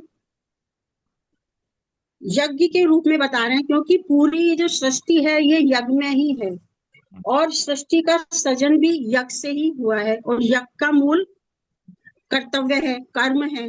तो इसमें भगवान ये भोजन रूप जो कर्म है, इसको भी भगवान इस तरह से बता रहे हैं कि ये भी हमारा जो भोजन रूप कर्म है, ये हमारा ब्रह्म रूप हो जाए। ये हमारा भोजन रूपी कर्म जो है वो ब्रह्म रूप हो जाए। अब वो कैसे होगा, ये इसमें भगवान बता रहे हैं कि जिस हाथ से हम भोजन कर रहे हैं वो हाथ भी ब्रह्म है, और जिसमें हम भोजन डाल रहे हैं, मतलब पचाने के लिए जो हम भोजन डाल रहे हैं पेट में, वह भी ब्रह्म है। तो मतलब हमारी भोजन रूप जो कर्म है वे हमारा ब्रह्म रूप हो जाए, और हमारी बुद्धि भी ब्रह्म रूप हो जाए। तो जो करता है मतलब जो कर्म कर रहे हैं हम, तो सारे कर्म हमारे ब्रह्म रूप हो जाए। कैसे? जैसे एक तो यज्ञ का मतलब है हवन करना, जो जनरली हम लोग साधारण भाषा में जानते हैं, हम जो आहुति देते हैं ब्रह्म में। तो जब हम ब्रह्म में आहुति देते हैं हवन में, तो वो आहुति अग्नि स्वरूप हो जाती है। मतलब उस द्रव्य पदार्थ का कोई अपना अलग से अस्तित्व नहीं रहता, वो अग्नि स्वरूप ही हो जाती है। तो मतलब साधन भी हमारा साध्य ही हो जाए, परमात्मा और आत्मा दोनों एक ही हो जाए। ये इसमें भगवान हमको इसके माध्यम से इस तरह से बता रहे। तो जो करता है उसके लिए करण, उपकरण, कर्ता, कर्म, द्रव्य, पदार्थ, जो भी चीज है वो सबको ब्रह्म रूप ही देखता है। उसकी बुद्धि ब्रह्म में ही हो जाती है। उसके सारे कार्य, उसके सारे कर्म ही ब्रह्म रूप ही हो जाते हैं, और वो सबको ब्रह्म में ही देखता है। तो इसी बात को भगवान ने आगे के अध्याय में भी भगवान ने इन्हीं बातों को बताया है। तो जैसे 13वें अध्याय के 13वें श्लोक में भी भगवान ने कहा है, मैं बताया, सर्वत्र पाणिपादम सर्वत्र शिरोमुखम, सर्वत्र पाणिपादम तत् सर्वतो शिरोमुखम। मतलब मैं अनंत हाथ पैर वाला, सिर मुख वाला हूँ, और चारों तरफ हूँ। मतलब मैं सब में व्याप्त हूँ, संसार मेरे से ही व्याप्त है। तो इसमें भगवान कह रहे हैं जो हम हाथ से जो हम भोजन कर रहे हैं वह हाथ भी ब्रह्म है, और जो हम भोजन कर रहे हैं मतलब द्रव्य पदार्थ, जो भी हम भोजन कर रहे हैं वो भी ब्रह्म है। तो इसको भी भगवान ने आगे के 9वें अध्याय में भगवान ने बताया है 9.16 में भी कि क्रतु भी मैं हूँ, यज्ञ भी मैं हूँ, स्वधा भी मैं हूँ, औषध भी मैं ही हूँ, मंत्र भी मैं हूँ, घृत भी मैं ही हूँ, अग्नि भी मैं हूँ और हवन क्रिया भी मैं ही हूँ। तो भगवान ये इस आगे 9वें अध्याय में बताएंगे। ऐसे ही इसमें भगवान ने कहा है कि द्रव्य ही ब्रह्म है और ब्रह्म रूप कर्ता के रूप में अग्नि में जो आहुति देनी क्रिया रूपी ब्रह्म है। तो हम भोजन करते हैं तो उसको पचाता कौन है? तो भगवान ये 15वें अध्याय के 14वें श्लोक में भी भगवान इसी बात को आगे बोल रहे हैं। अहम वैश्वानरो भूत्वा प्राणी नाम देहमाश्रित है कि मनुष्य के देह में मैं स्थित होकर जठराग्नि रूप में 4 तरह के भोजन का पाचन भी मैं ही करता हूँ। ये भगवान 15.14 में आगे बता रहे हैं इसी बात को। और 13.13 में भी यही कहा कि हाथ भी मैं ही हूँ। 9.16 में कहा कि यज्ञ भी मैं ही हूँ, ब्रह्म भी मैं ही हूँ। और फिर सब जगह वासुदेव सर्वम, मतलब कर्ता को, कर्म करने वाले को सब जगह वासुदेव ही नजर आते हैं। वासुदेव सर्वम, ये भगवान ने 7.19 से बताया कि जो इस तरह की जिसकी बुद्धि हो जाती है उसको मेरे अलावा कुछ नहीं समझ में आता। जहां वो देखता है वो मुझको ही पाता है, मुझको ही देखता है। और यही बात भगवान आगे 7.7 में भी बोलेंगे कि भगवान ने वहां क्या बनाया, मई सर्वमिदं प्रोक्तम सूत्रे मणि गणा इव, जैसे सूत के धागे में सूत के मणि, तो उस माला में सूत के अलावा कुछ भी नहीं है, मतलब सब कुछ ब्रह्म ही है। तो कर्म करने वाले पुरुष की बुद्धि ब्रह्म में हो जाती है और उसके सारे कर्म भी ब्रह्म में ही हो जाते हैं। और भोजन रूप जो हमारी क्रिया है, भोजन रूपी जो कर्म है, वह भी हमारा ब्रह्म रूप हो जाता है। मतलब फिर हम जो भोजन ग्रहण करेंगे वो भोजन हम भोग बुद्धि से नहीं करेंगे। किस बुद्धि से करेंगे? प्रसाद बुद्धि से करेंगे। अभी हम भोजन किस तरह से करते हैं? भोग बुद्धि रहती है, स्वादिष्ट लगा तो खाए जा रहे हैं, चाहे पेट में जगह नहीं हो, बाद में चाहे परेशान हो जाए, पर अभी हमको अच्छा लग रहा है तो खा लिया, पसंद का भोजन आ गया तो खा लिया, चाहे भूख नहीं हो तो भी खा लिया। फिर जब हमारी बुद्धि इस तरह हो जाएगी, सब जगह ब्रह्म रूप को ही देखेंगे, तब फिर हम भोजन को प्रसाद रूप में ही ग्रहण करेंगे। ये भगवान भोजन के माध्यम से हमको बता रहे हैं कि सब जगह मैं ही हूँ और सब मैं ही करने वाला हूँ, मेरे अलावा कुछ भी नहीं है। हरे कृष्ण।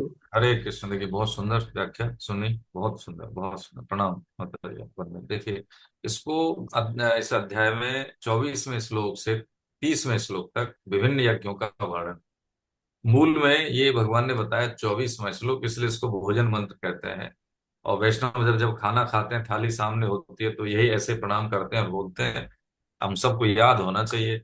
ब्रह्मार्पणम ब्रह्म हविर्ब्रह्माग्नौ ब्रह्मणाहुतम ब्रह्मैव तेन गंतव्यम ब्रह्म कर्म समाधिना। ब्रह्म कर्म समाधिना का मतलब क्या है? कर्ता, करण और उपकरण इक्वल टू ब्रह्म कर्म समाधि। जैसे माता जी ने तो बिल्कुल एकदम स्पष्ट बता दिया, और इस भाव को गीता जी में विभिन्न श्लोकों के माध्यम से वर्णन किया है भगवान ने, वो भी स्पष्ट कहा उन्होंने। सामान्य इसकी बात, इसमें कुछ समझने के लिए बचा नहीं, बहुत अच्छे से समझा अभी हमने कि हम जो खाना खाने के बाद कुछ उद्योग नहीं करते, खाने से खून बनता है, तो भगवान का सिस्टम काम कर रहा है। अब भगवान को देखने के लिए क्या चाहिए भाई? उनको एहसास करने के लिए कौन सी विधा चाहिए? क्या ये पर्याप्त नहीं है? ये खोलने के लिए कपाल खोल ये थॉट नहीं है? खाने से खून, खून के हम अवयव जानते हैं, लेकिन क्या खून बना सकते हैं? पानी के अवयव जान सकते हैं, लेकिन पानी को पीने योग्य क्या वो रस है, वो ला सकते हैं उसमें H2 बना के? ये इधर बुद्धि जाती नहीं हमारी कभी। अब जैसे माता जी ने समझा है हमको, प्राय हमारी बुद्धि में आएगा नहीं, क्योंकि वो बुद्धि है। डॉक्टर को भाषा किसकी समझ में आएगी? डॉक्टर की भाषा डॉक्टर को ही समझ में आएगी। ऐसे ही यदि हमने अपने आप को थोड़ा सा शुद्ध चरित्र पवित्र प्लस शुद्ध चिंतन, बिल्कुल समझ में आएगी। चरित्र पवित्र नहीं है, चिंतन अशुद्ध है, कभी समझ में नहीं आएगी। ठीक है, ये बात बहुत। तो इसमें जो खाना खाने का तरीका भी, ये क्या है? भगवान की पूजा है, ऐसे समझ लें। ये हमें अलग कुछ करना ही नहीं है भाई, कुछ नहीं अलग करना है। केवल भोग बुद्धि के कारण ही पीपल का बीज पीपल से अलग हुआ, इसलिए मलमूत्र में बह रहा है। केवल भोग बुद्धि के कारण ही जीव हाँ भगवान से विमुख हुआ और वो मलमूत्र में नरकों में बह रहा है। ये सब दुखाल है यहाँ पे। लेकिन मनुष्य शरीर मिलने से क्या है कि हम अपना उद्धार कर सकते हैं, कर्म दिव्य कर सकते हैं, तो जन्म दिव्य हो जाएगा हमारा। ये इस बात को समझ लें। आगे भी विभिन्न यज्ञों का वर्णन है, तो संक्षेप में आगे बढ़ते हुए हम आगे हैं। हरे कृष्ण जो अब पढ़ेंगे तो विभिन्न यज्ञों का अपने शब्दों में, हाँ अब ऐसे नहीं किताब हम पढ़ने लगे तो फिर समय बर्बाद होता है ना। हम ये सीखें, जैसे अभी क्या है कि हम संक्षेप में समझ लें उसका एसेंस क्या है श्लोक का, बस इतनी सी बात है। बाकी तो स्वाध्याय है, स्वाध्याय थोड़ी हम यहाँ करेंगे एक लाइन पढ़ना है हमें। उसको स्वामी जी का सत्संग है, इस श्लोक की आत्मा और कुछ कंटेंट, ये तीन चीज मिला के आगे बढ़ जाए, है ना। हरे कृष्ण। हाँ 25वां हरे 25वां कृष्ण। 26वां माता जी। हाँ अन्नपूर्णा मैडम। हरे कृष्ण हरे कृष्ण। हरे कृष्ण। प्रणाम वंदना। अन्य योगी लोग थे जो भगवत रक्षा रूप यज्ञ का अनुष्ठान करते हैं और दूसरे योगी लोग ब्रह्म रूप आपकी आवाज कम आ रही है, एकदम क्लियर नहीं आ रही। अन्य योगी लोग देव भगवत अर्पण रूप यज्ञ का ही अनुष्ठान करते हैं और दूसरे योगी लोग ब्रह्म रूप अग्नि में विचार रूप यज्ञ के द्वारा ही जीवात्मा रूप यज्ञ का हवन करते हैं। अन्य योगी लोग श्रोत्रादि समस्त इंद्रियों का संयम रूपी अग्नियों में हवन किया करते हैं और दूसरे योगी लोग शब्दादि विषयों का इंद्रिय रूप अग्नियों में हवन किया करते हैं। हरे कृष्ण सर। हरे कृष्ण। अन्य जो योगी तो भी कर्म करते हैं, यानी उठते बैठते खाते पीते सोते हर समय जो कर्म करते हैं वो भगवान को अर्पण कर देते हैं। और हमारे अंदर जो भी अच्छे बुरे विचार आते रहते हैं, हमारे अंदर जो अच्छे बुरे जो विचार आते हैं वो भगवान का ही कृपा समझ के उसको सब सहन कर रहे थे, उसमें वो ज्यादा फंसते नहीं है। अच्छे बुरे तो हमारे जीवन में ना, तो अच्छे बुरे हमारे मन में विचार आते रहते हैं, अच्छे भी आते हैं बुरे भी आते हैं, तो वो उनको सहन कर लेते हैं। और अन्य योगी समस्त इंद्रियों को संयम रूपी यानी उनके समस्त इंद्रिया उनके अधीन रहती है, कोई इंद्रिय का अधीन नहीं रहते हैं, समस्त इंद्रिया उनके के अधीन रहते हैं। और शब्द ही ब्रह्म है, शब्द का कभी नाश नहीं होता। वो जो भी कर्म करते हैं उसमें अपने को कर्ता नहीं मानते हैं, तो इसलिए वही कर्म फल उनको कोई नहीं मानता। हरे कृष्ण। हरे कृष्ण हरे कृष्ण। ठीक है, इसको अलग से कर लेंगे बाद में। आगे पढ़ें सर, इसको पूरा हम समराइज कर लेंगे, ठीक है। इसको जो यज्ञ का जो पूरा ये भगवान ने दिया है पूरा ब्यौरा 24 से लेके 30 तक, बाद में हम इसको एक साथ हम समझ लेंगे, ठीक है। हाँ आगे बाबू जी पढ़े। हाँ माता जी का। हाँ 27 28। हाँ माता जी कमल जी। हाँ हरे कृष्ण। हरे कृष्ण। प्रणाम। हरे कृष्ण।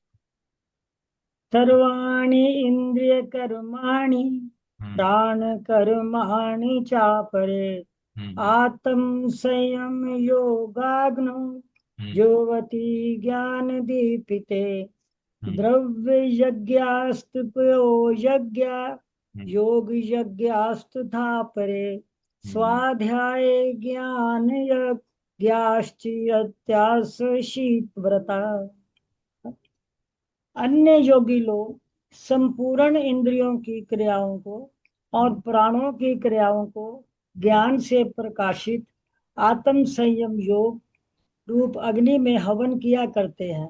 दूसरे कितने ही तीक्ष्ण व्रत करने वाले प्रयत्नशील साधक द्रव्यमय यज्ञ करने वाले हैं और कितने ही तपो यज्ञ करने वाले हैं और दूसरे कितने ही योग यज्ञ करने वाले हैं तथा कितने ही स्वाध्याय रूप ज्ञान यज्ञ करने वाले हैं।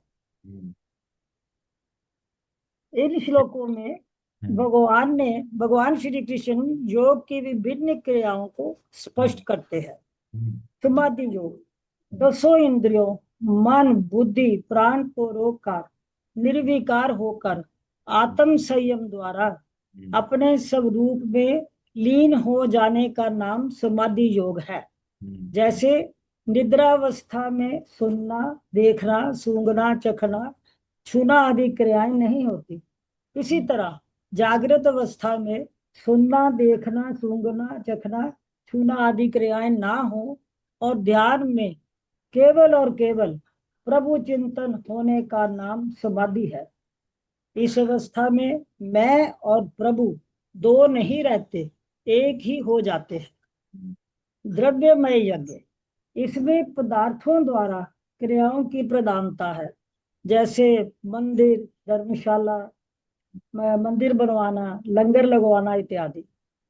तपो यज्ञ, जैसे एकादशी व्रत में ब्रह्म मुहूर्त में उठना, पूजा पाठ करना, गर्मी सर्दी जैसी कठिन परिस्थितियों को सहन करना।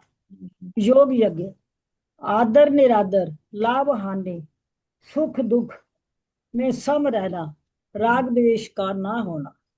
स्वाध्याय रूप ज्ञान, वेद शास्त्र, गीता रामायण आदि ग्रंथों का अध्ययन और उसका प्रचार।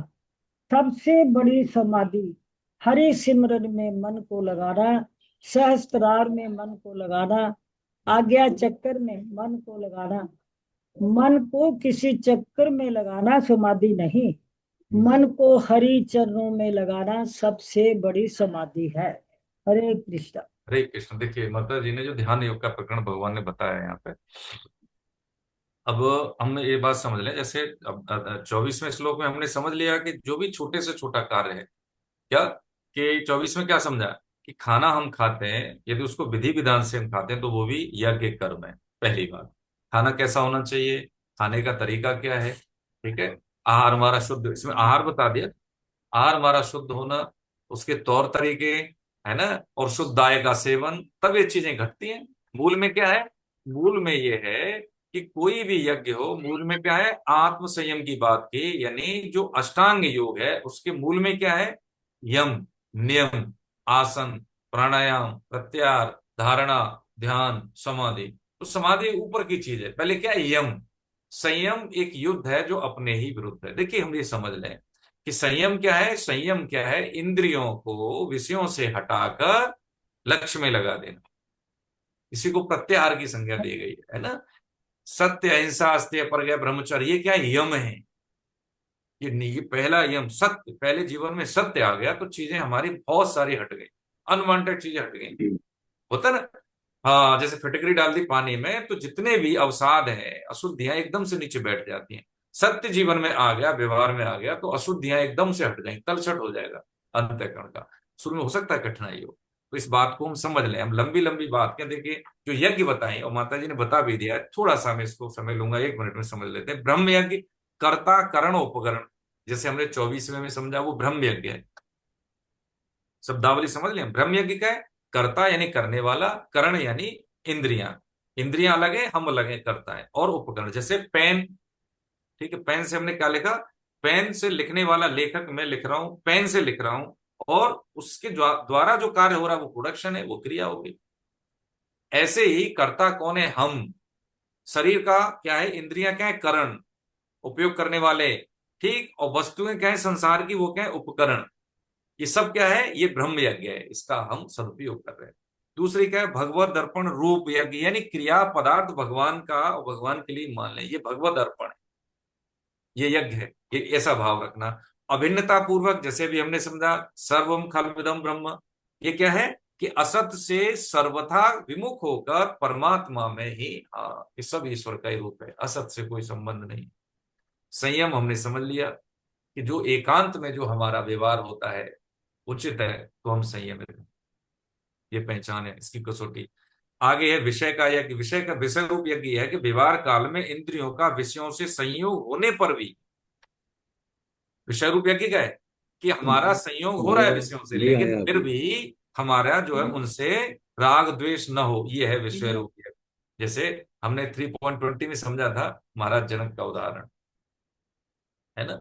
हम गृहस्थ है, शरीर धर्म है हमारा, है ना, लेकिन हमारा क्या है कि जो सम दर्शन समवर्तन नहीं होना चाहिए, सम दर्शन होना कि हमें क्या करना है, जो निष्कामता हमारे व्यवहार में रहेगी, बोधगम्यता रहेगी, तो विषयों का भोग सिर्फ हम योग के लिए करते हैं, वो हमारा कार्य कैसा रहेगा, भगवान से योग युंजन का ही रहेगा। उसमें हमारी रति, हमारी मति रति के लिए नहीं रहेगी, हमारी मति किसके लिए रहेगी, अपने लक्ष्य के प्रति रहेगी। ये हो गया विषय रूप संयम। समाधि रूप यज्ञ का मतलब मन बुद्धि सहित संपूर्ण इंद्रियां, ठीक है, प्राणों की क्रियाओं को रोककर, प्राण अपान समझेंगे अभी आगे इसको, इसलिए थोड़ा सा ही समझें, वो है क्या, समाधि यज्ञ। द्रव्य यज्ञ जो हम करते हैं पदार्थों के माध्यम से। तपोयज्ञ, तपोयज्ञ का मतलब है कि विपरीत परिस्थिति में भी कर्तव्य कर्म न छोड़ना, ये तप है। हाँ, तप का मतलब ये नहीं कि एक पैर से खड़े हो जाएं, है बिल्कुल खाना पीना छोड़ दें, ना ना, ये फिर हठयोग योग में आ जाता है। तप का मतलब है कर्तव्य कर्म को विपरीत परिस्थिति आने पर भी प्रसन्नता पूर्वक करना, ये तप यज्ञ है। योग यज्ञ का मतलब सिद्धि असिद्धि में, योग का मतलब समता से है, हमने समझा अध्याय 2 में। योग यज्ञ का है सिद्धि असिद्धि, लाभ हानि है, अनुकूल प्रतिकूल में भी समान रहना, ये योग यज्ञ। स्वाध्याय रूप यज्ञ जो हम कर रहे हैं, यही तो कर रहे हैं, मतलब दूसरों के हित में गीता का प्रचार प्रसार करना। भैया पढ़ लो, इसको समझ लो एक बार, अरे कष्टों से दूर हो जाओगे। घर गृहस्थी, बच्चों को लेके परेशानी, हाँ पढ़ लो ना गीता। कैरियर को लेकर, अरे गीता पढ़ लेना भाई। मुझसे सब प्रेम, कोई प्रेम नहीं करता, मेरा जीवन असफल है, मेरा मतलब होता है ना वैवाहिक जीवन असफल है, अरे पढ़ लो गीता। तलाक तक, हाँ मेरे में बुद्धि नहीं है, देखो कुछ नहीं आता, मैं तो आपके संग के प्रताप से सीखता हूँ। तलाक तक, हाँ वापस लौटे सब। मेरे में कमी थी, वो क्या मेरे में कमी थी। जज कहता है फिर कमी क्या है, अरे आप तो बहुत अच्छे लोग, कमी मान ली ठीक है। आज जज साहब, वो भी जज साहब जो गीता की महिमा देखी, तो रिटायर होने के बाद उन्होंने मेरे को बताया 1-1.5 महीने पहले जब मिले गौशाला में, लाल साहब हमने अब यही काम कर दिया है कि ऐसे जो है ना युवा जिनमें संबंधों में कड़ुवाट है, मैं निःशुल्क उनको परामर्श देता हूँ, और अपनी तरफ से कुछ हो सकता है वो सेवा कर देता हूँ, कि हमारा समाज क्यों टूट रहा है। ये क्या है, हाँ योग यज्ञ। स्वाध्याय रूप यज्ञ यही है कि हम गीता का पठन पाठन प्रचार प्रसार करें, ये स्वाध्याय यज्ञ। प्राणायाम, हाँ ये अब हम समझ लेते हैं 29 और 30 में, ठीक है। हाँ प्रभु जी पढ़ दीजिए, बस थोड़ा सा 1 मिनट लेंगे और फिर हम आगे बढ़ जाएं। हरे कृष्ण। हाँ ललित जी है ना, हरे कृष्ण जी। हरे कृष्ण। कौन सा है, अच्छा हाँ 29-30, हाँ हरे कृष्ण जी, आवाज आ रही है मेरी? हाँ हाँ, आ रही है प्रभु जी, हाँ।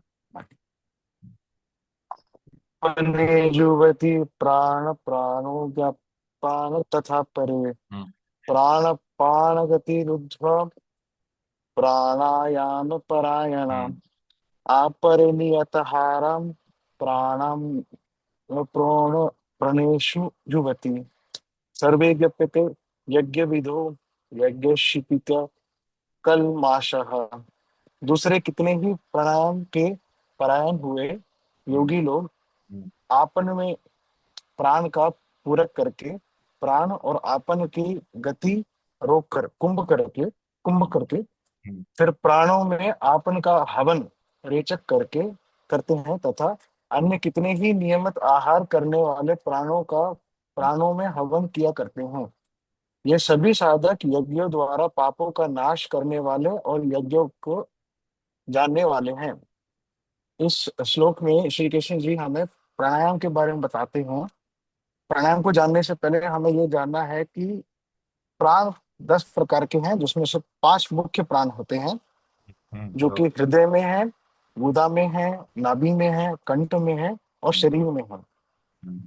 इन 5 प्राणों के द्वारा हम 3 मुख्य कर्म करते हैं, जो कि पूरक, रेचक और कुंभक। पूरक का अर्थ है हम श्वास को अंदर लेते हैं, रेचक का अर्थ है कि हम श्वास को बाहर निकालते हैं, और कुंभक का अर्थ है कि हम श्वास को होल्ड करते हैं, रोक के रखते हैं।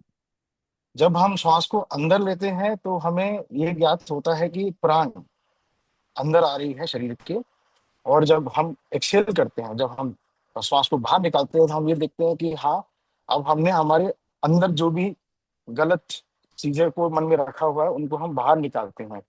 और जब हम होल्ड करते हैं या हम श्वास को होल्ड करते हैं, तो हम अपने आप को जानने की कोशिश करते हैं। इस पूरे क्रिया को, जिसमें हम अपने आप को जानने की कोशिश करते हैं, उसको विपासना भी कहा जाता है। दूसरे श्लोक में श्री कृष्ण जी कहते हैं कि हमें हमारे जीवन में नियम और कंट्रोल के साथ रहना चाहिए, जैसे कि एक डिसिप्लिन ब्रीदिंग या फिर कंट्रोल ब्रीदिंग के साथ, जिसमें हम प्राणायाम भी कहते हैं, या फिर हम बेसिक चीजों में, जैसे कि हमारे शरीर को स्वस्थ रखने के लिए हमारे खान पीन को हम ध्यान में रखते, जो भी हम सेक्रीफाइस करते हैं वो साधारण चीज नहीं है। इसको जानने से और सब छोटी छोटी क्रियाओं करने से हम अपने आप के अंदर की जो आत्मशक्ति है उसको पहचानते हैं, और धीरे धीरे हम परमात्मा से कनेक्ट होते हैं। तो हम अपने अंदर की जो भी गलत चीजें हैं, गलत सोच है, और जो भी हमने गलत किया हुआ है, उसको हम धीरे धीरे का नाश भी करते हैं, लेकिन ये तभी सब मुमकिन है जब हम इसके अंदर जुड़े हुए होते हैं।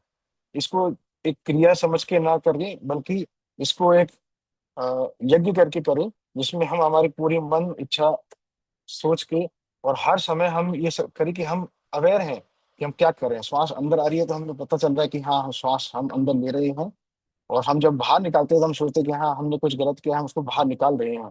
इस अवेयरनेस के साथ जब हम करते हैं तो हम अपने आप को शुद्ध भी करते हैं और हम परमात्मा से जुड़ते हैं। हरे कृष्णा।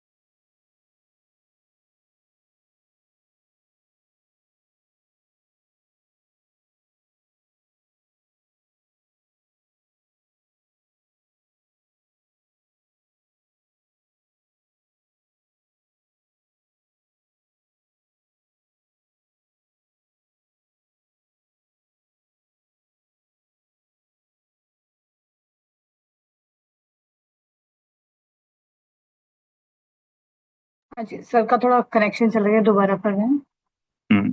ठीक। ठीक है सर।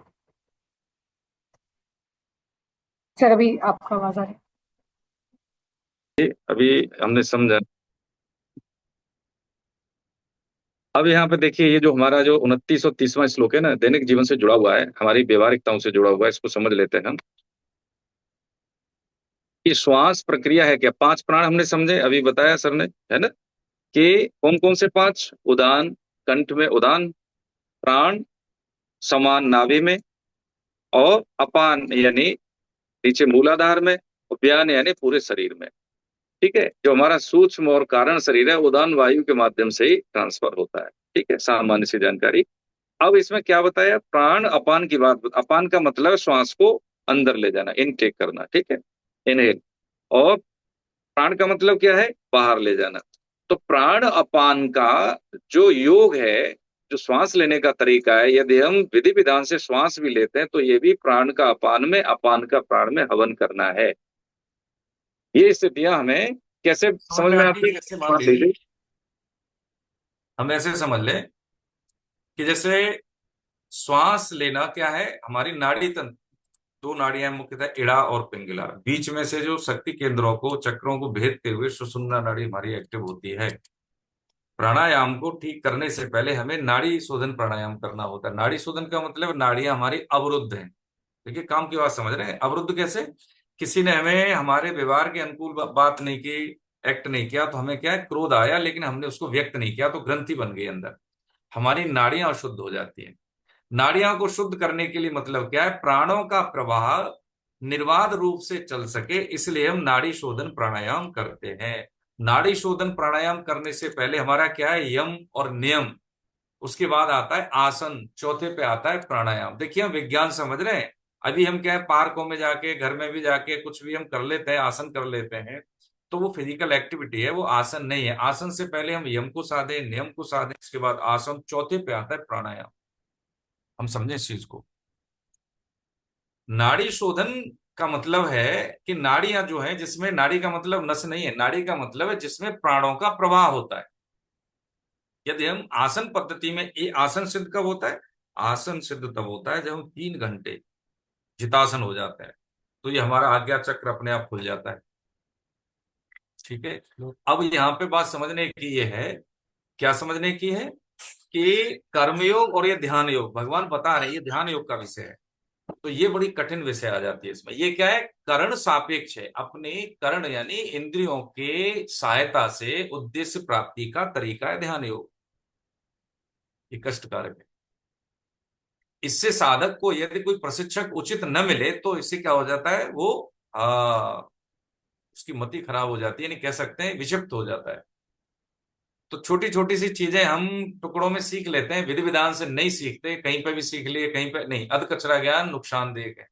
हाँ, काम भर की चीज क्या है? काम भर की चीज इसमें ये बात समझने की है कि श्वास और प्रश्वास का हम कोऑर्डिनेशन करें, अनुलोम विलोम कुंभक पूरक रेचक, इसका अनुपात पुस्तक में दिया है, लेकिन ये पूरा नहीं है। बहुत अच्छे योग आश्रम है, कहीं पर जाके हम काम भर की चीजें सीख सकते हैं ताकि हमारा शरीर स्वस्थ रहे। श्वास प्रक्रिया एक याज्ञिक है, भगवान ने यज्ञों में नाम लिया इसका। इड़ा और पिंगला जब हमारी जो नाड़ियां हैं साफ होती हैं, शुद्ध होती हैं, तो हमारी श्वास प्रक्रिया निर्बाध चलती है। अभी क्या हम गले से सांस लेते हैं, ये बात हो रही है यौगिक श्वास की, यौगिक श्वसन की।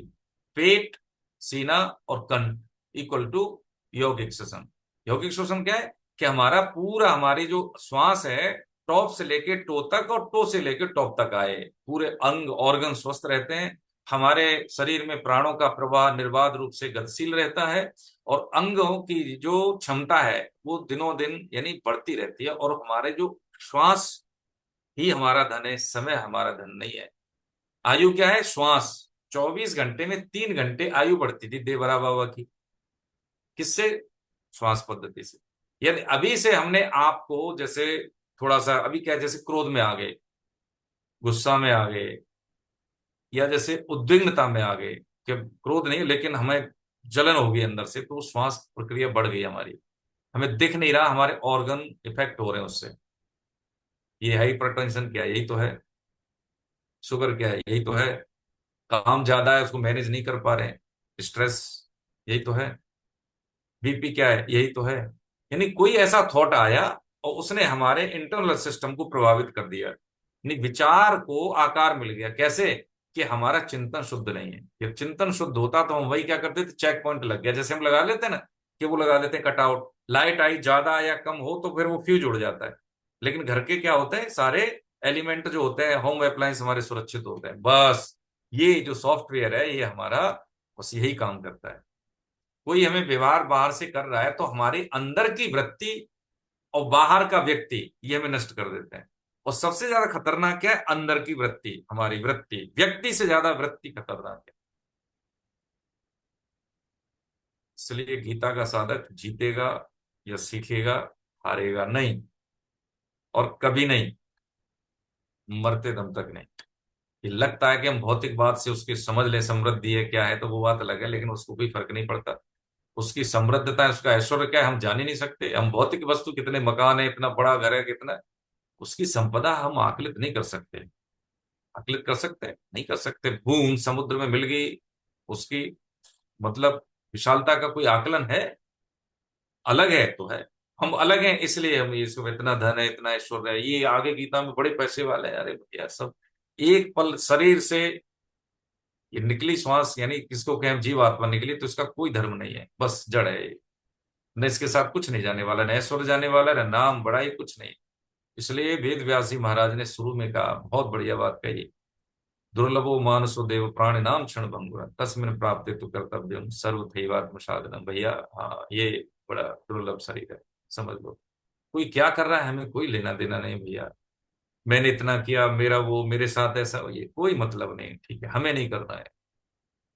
कर्म की गति कितनी गहन है, अभी समझाना। हाँ, ये समझ लेना, मुझे अपना व्यवहार संतुलित करना है। ये व्यवहार, ये सेवा, ये बोलना, एक होता है उर्दू में, एक तो होता है वकील, एडवोकेट, अधिवक्ता जिसको कहते हैं, एक होता है वकील, वकील, वकील। वकील समुच्चारित समुच्चारित शब्द है, इसमें उर्दू का शब्द है वकील। उसका मतलब ये होता है कि जैसे हमारे यहाँ होता है ना कंजूस, व्यवहार में भी कंजूसी। वकील कहते हैं जो व्यवहार से भी कंजूस हो, दूसरों के लिए दुआ भी नहीं कर सके, दूसरों के लिए शुभकामनाएं भी न दे सके। तो कह रहे कितने ही तपोयज्ञ करने वाले और दूसरे कितने योग यज्ञ करता था, कितने ही स्वाध्याय। 2829 में यही बोला हमने। क्या समझा? प्राणों का, यानी 72,000 नाड़ियों में 3 मुख्य नाड़ियां हैं, इड़ा, पिंगला और सुषुम्ना। इनको हम कैसे करते हैं? नाड़ी शोधन प्राणायाम से शुद्ध करते हैं प्राणों का। हाँ, पूरा एकदम से निर्बाध रूप से इनका नाड़ियों में वहन होता है और हमारा शरीर स्वस्थ रहता है। एक स्थिति ऐसी आती है जब हम प्राण का अपान का रेचक पूरक कुंभक स्तंभन, यज्ञ क्या है? वही है कि हम प्राण को, अपान को अपनी अपनी जगह रोक दें। यही स्तंभ में दिया गया है। तो ये ध्यान योग का प्रकरण है। ठीक है, भगवान ने सारे योग बताए हैं, तो इसको हम यम नियम साधेंगे तो कर्म योग भी सदेगा, ध्यान योग भी सदेगा, ज्ञान योग भी सदेगा और भक्ति योग भी सदेगा, सारे योग सद जाएंगे। लेकिन हमें कुछ नहीं आता। आप तो पढ़े लिखे हैं, बुद्धिजीवी, आप तो सब समझ रहे हैं, लेकिन मैं निरक्षर हूं, मुझे कुछ नहीं आता, तो मेरा क्या होगा? मुझे ध्यान व्यान नहीं समझ में आता, प्राण अपान ये कुंभक रेचक है, मुझे नहीं पता भाई, तो मैं क्या करूं? सर्व धर्मान प्रत्यक्ष मामेकम शरणम व्रज। भगवान ने फिर ये कृपा योग है, फिर उसके लिए कौन सा योग है? कृपा योग। हाँ, उसके लिए देखो जी, बस यही है, मुझे कुछ नहीं आता। जिसको ये आ गया मुझे कुछ नहीं आता, बस समझ लिए कृपा का बादल उसी के लिए फटता है। जब तक हमें आता है तब तक ये अहम वाली बात होती है कि हम इतना जानते हैं। विपश्यना का नाम लिया, विपश्यना का देखो सही मायने में तो पश्य माने होता है देखना, विपश्य का मतलब होता है सही सही देखना, ठीक ठीक देखना। ये ठीक ठीक देखना, ठीक ठीक कौन देखते हैं? परम भागवत हनुमान जी महाराज, परम भागवत भगवान शिव ठीक ठीक देखते हैं। क्या देखते हैं? उमा कहूं में अनुभव अपना, सत हरि भजन जगत, ये ठीक ठीक देखना है। ये सब सपना है। जब एक बार जनक जी महाराज समापन करेंगे यहीं तक, है ना, पिछला जो श्लोक है वो आगे हम ले लेंगे, जो भी जो सुधीजन है उनका नंबर आ जाएगा आगे। जनक जी का उदाहरण ले रहे थे हम, तो उसमें ना कि जब सपना देखा उन्होंने तो बहुत गरीब हो गए और इतने दिन से भूखे हैं, और एक कहीं से भिक्षा मिली तो इतना पका रहे हैं, खीर पका रहे हैं, जो भी है, और एक सांड आते हैं तो लड़ते हुए और उसमें टक्कर मारते हैं, सब बिखर जाता है। जैसे ही बिखरता वो जग जाते हैं। और उन्होंने सभा बुलाई कि ये सच के वो सच। अब क्या सच और कौन सा सच, ये कौन सा वो कौन सा, किसी को नहीं बता रहे, लेकिन कह रहे हैं ये सच के वो सच। तो वो आते हैं, एक प्रसंग है थोड़ा सा बड़ा, लेकिन संक्षिप्त में समझ रहे हैं। जब अष्टावक्र जी आते हैं, अष्टावक्र का मतलब उनका शरीर 8 जगह से मुड़ा हुआ है, उद्वालक ऋषि के पुत्र हैं। तो जब आते हैं तो उन्होंने, जब वो इसी के लिए तो कहते हैं ये सच के वो सच, तो उन्होंने कहा कि न ये सच न वो सच, ये खुली आंखों का सपना है और वो बंद आंखों का सपना है, ये दोनों ही झूठ है। सच क्या है? हाँ, सच क्या है कि इससे परे है, जो बिटवीन, जैसे भी शब्द पढ़ रहे हैं ना, दूसरे कितने ही प्राणायाम के परायण हुए योगी लोग अपान में प्राण का, ये तो ये शब्द तो दिख रहा है, लेकिन इसके पीछे बिटवीन द लाइन्स है वो हमें दिख नहीं रहा। ऐसे ही वो है कि जो संसार अभी क्या है, प्रतीति जो है, प्राप्ति और प्रतीति, तो प्रतीति को हम प्राप्ति मान लेते हैं, जो नित्य प्राप्त है वो हमें नेपथ्य में दिखता है। उसके लिए हमारे क्या है, ज्ञान चक्षु या हृदय चक्षु जिसको हम कहें, ये चर्म चक्षु की वहां तक पहुंच नहीं है। इतनी सी बात हम समझें।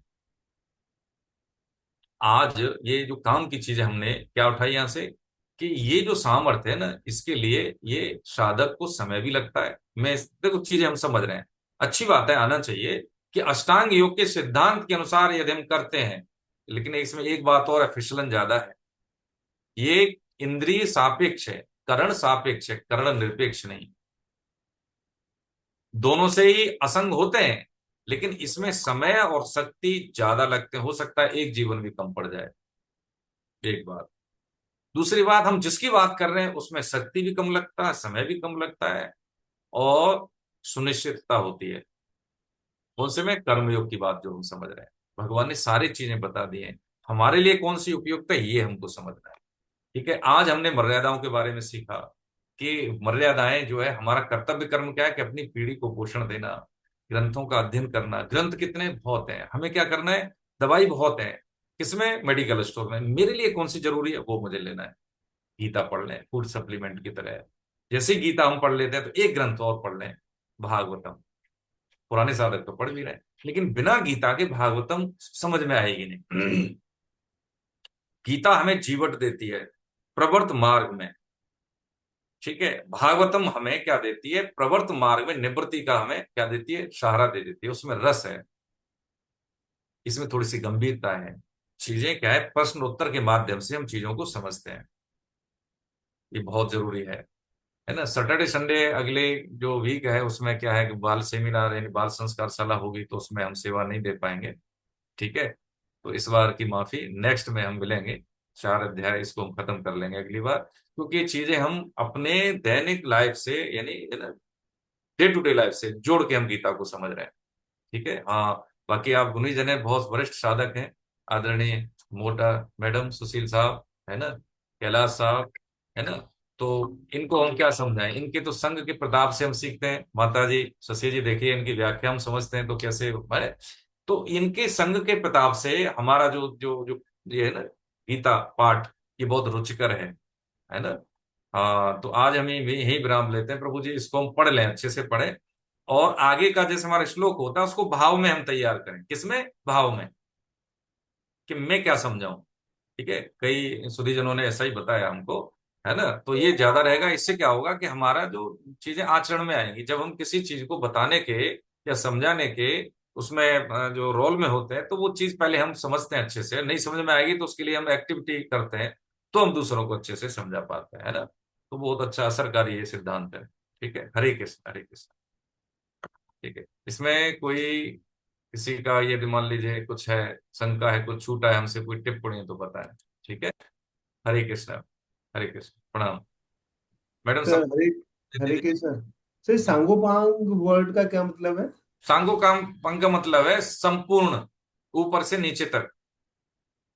सांगो पांग का मतलब है ऊपर से नीचे, टॉप टू टो, पूरा संपूर्ण। ठीक है, हरे कृष्ण। और किसी का कोई? टी आर शर्मा साहब, हरे कृष्ण। हरिजन साहब जी सर, आवाज कम आ रही है आपकी।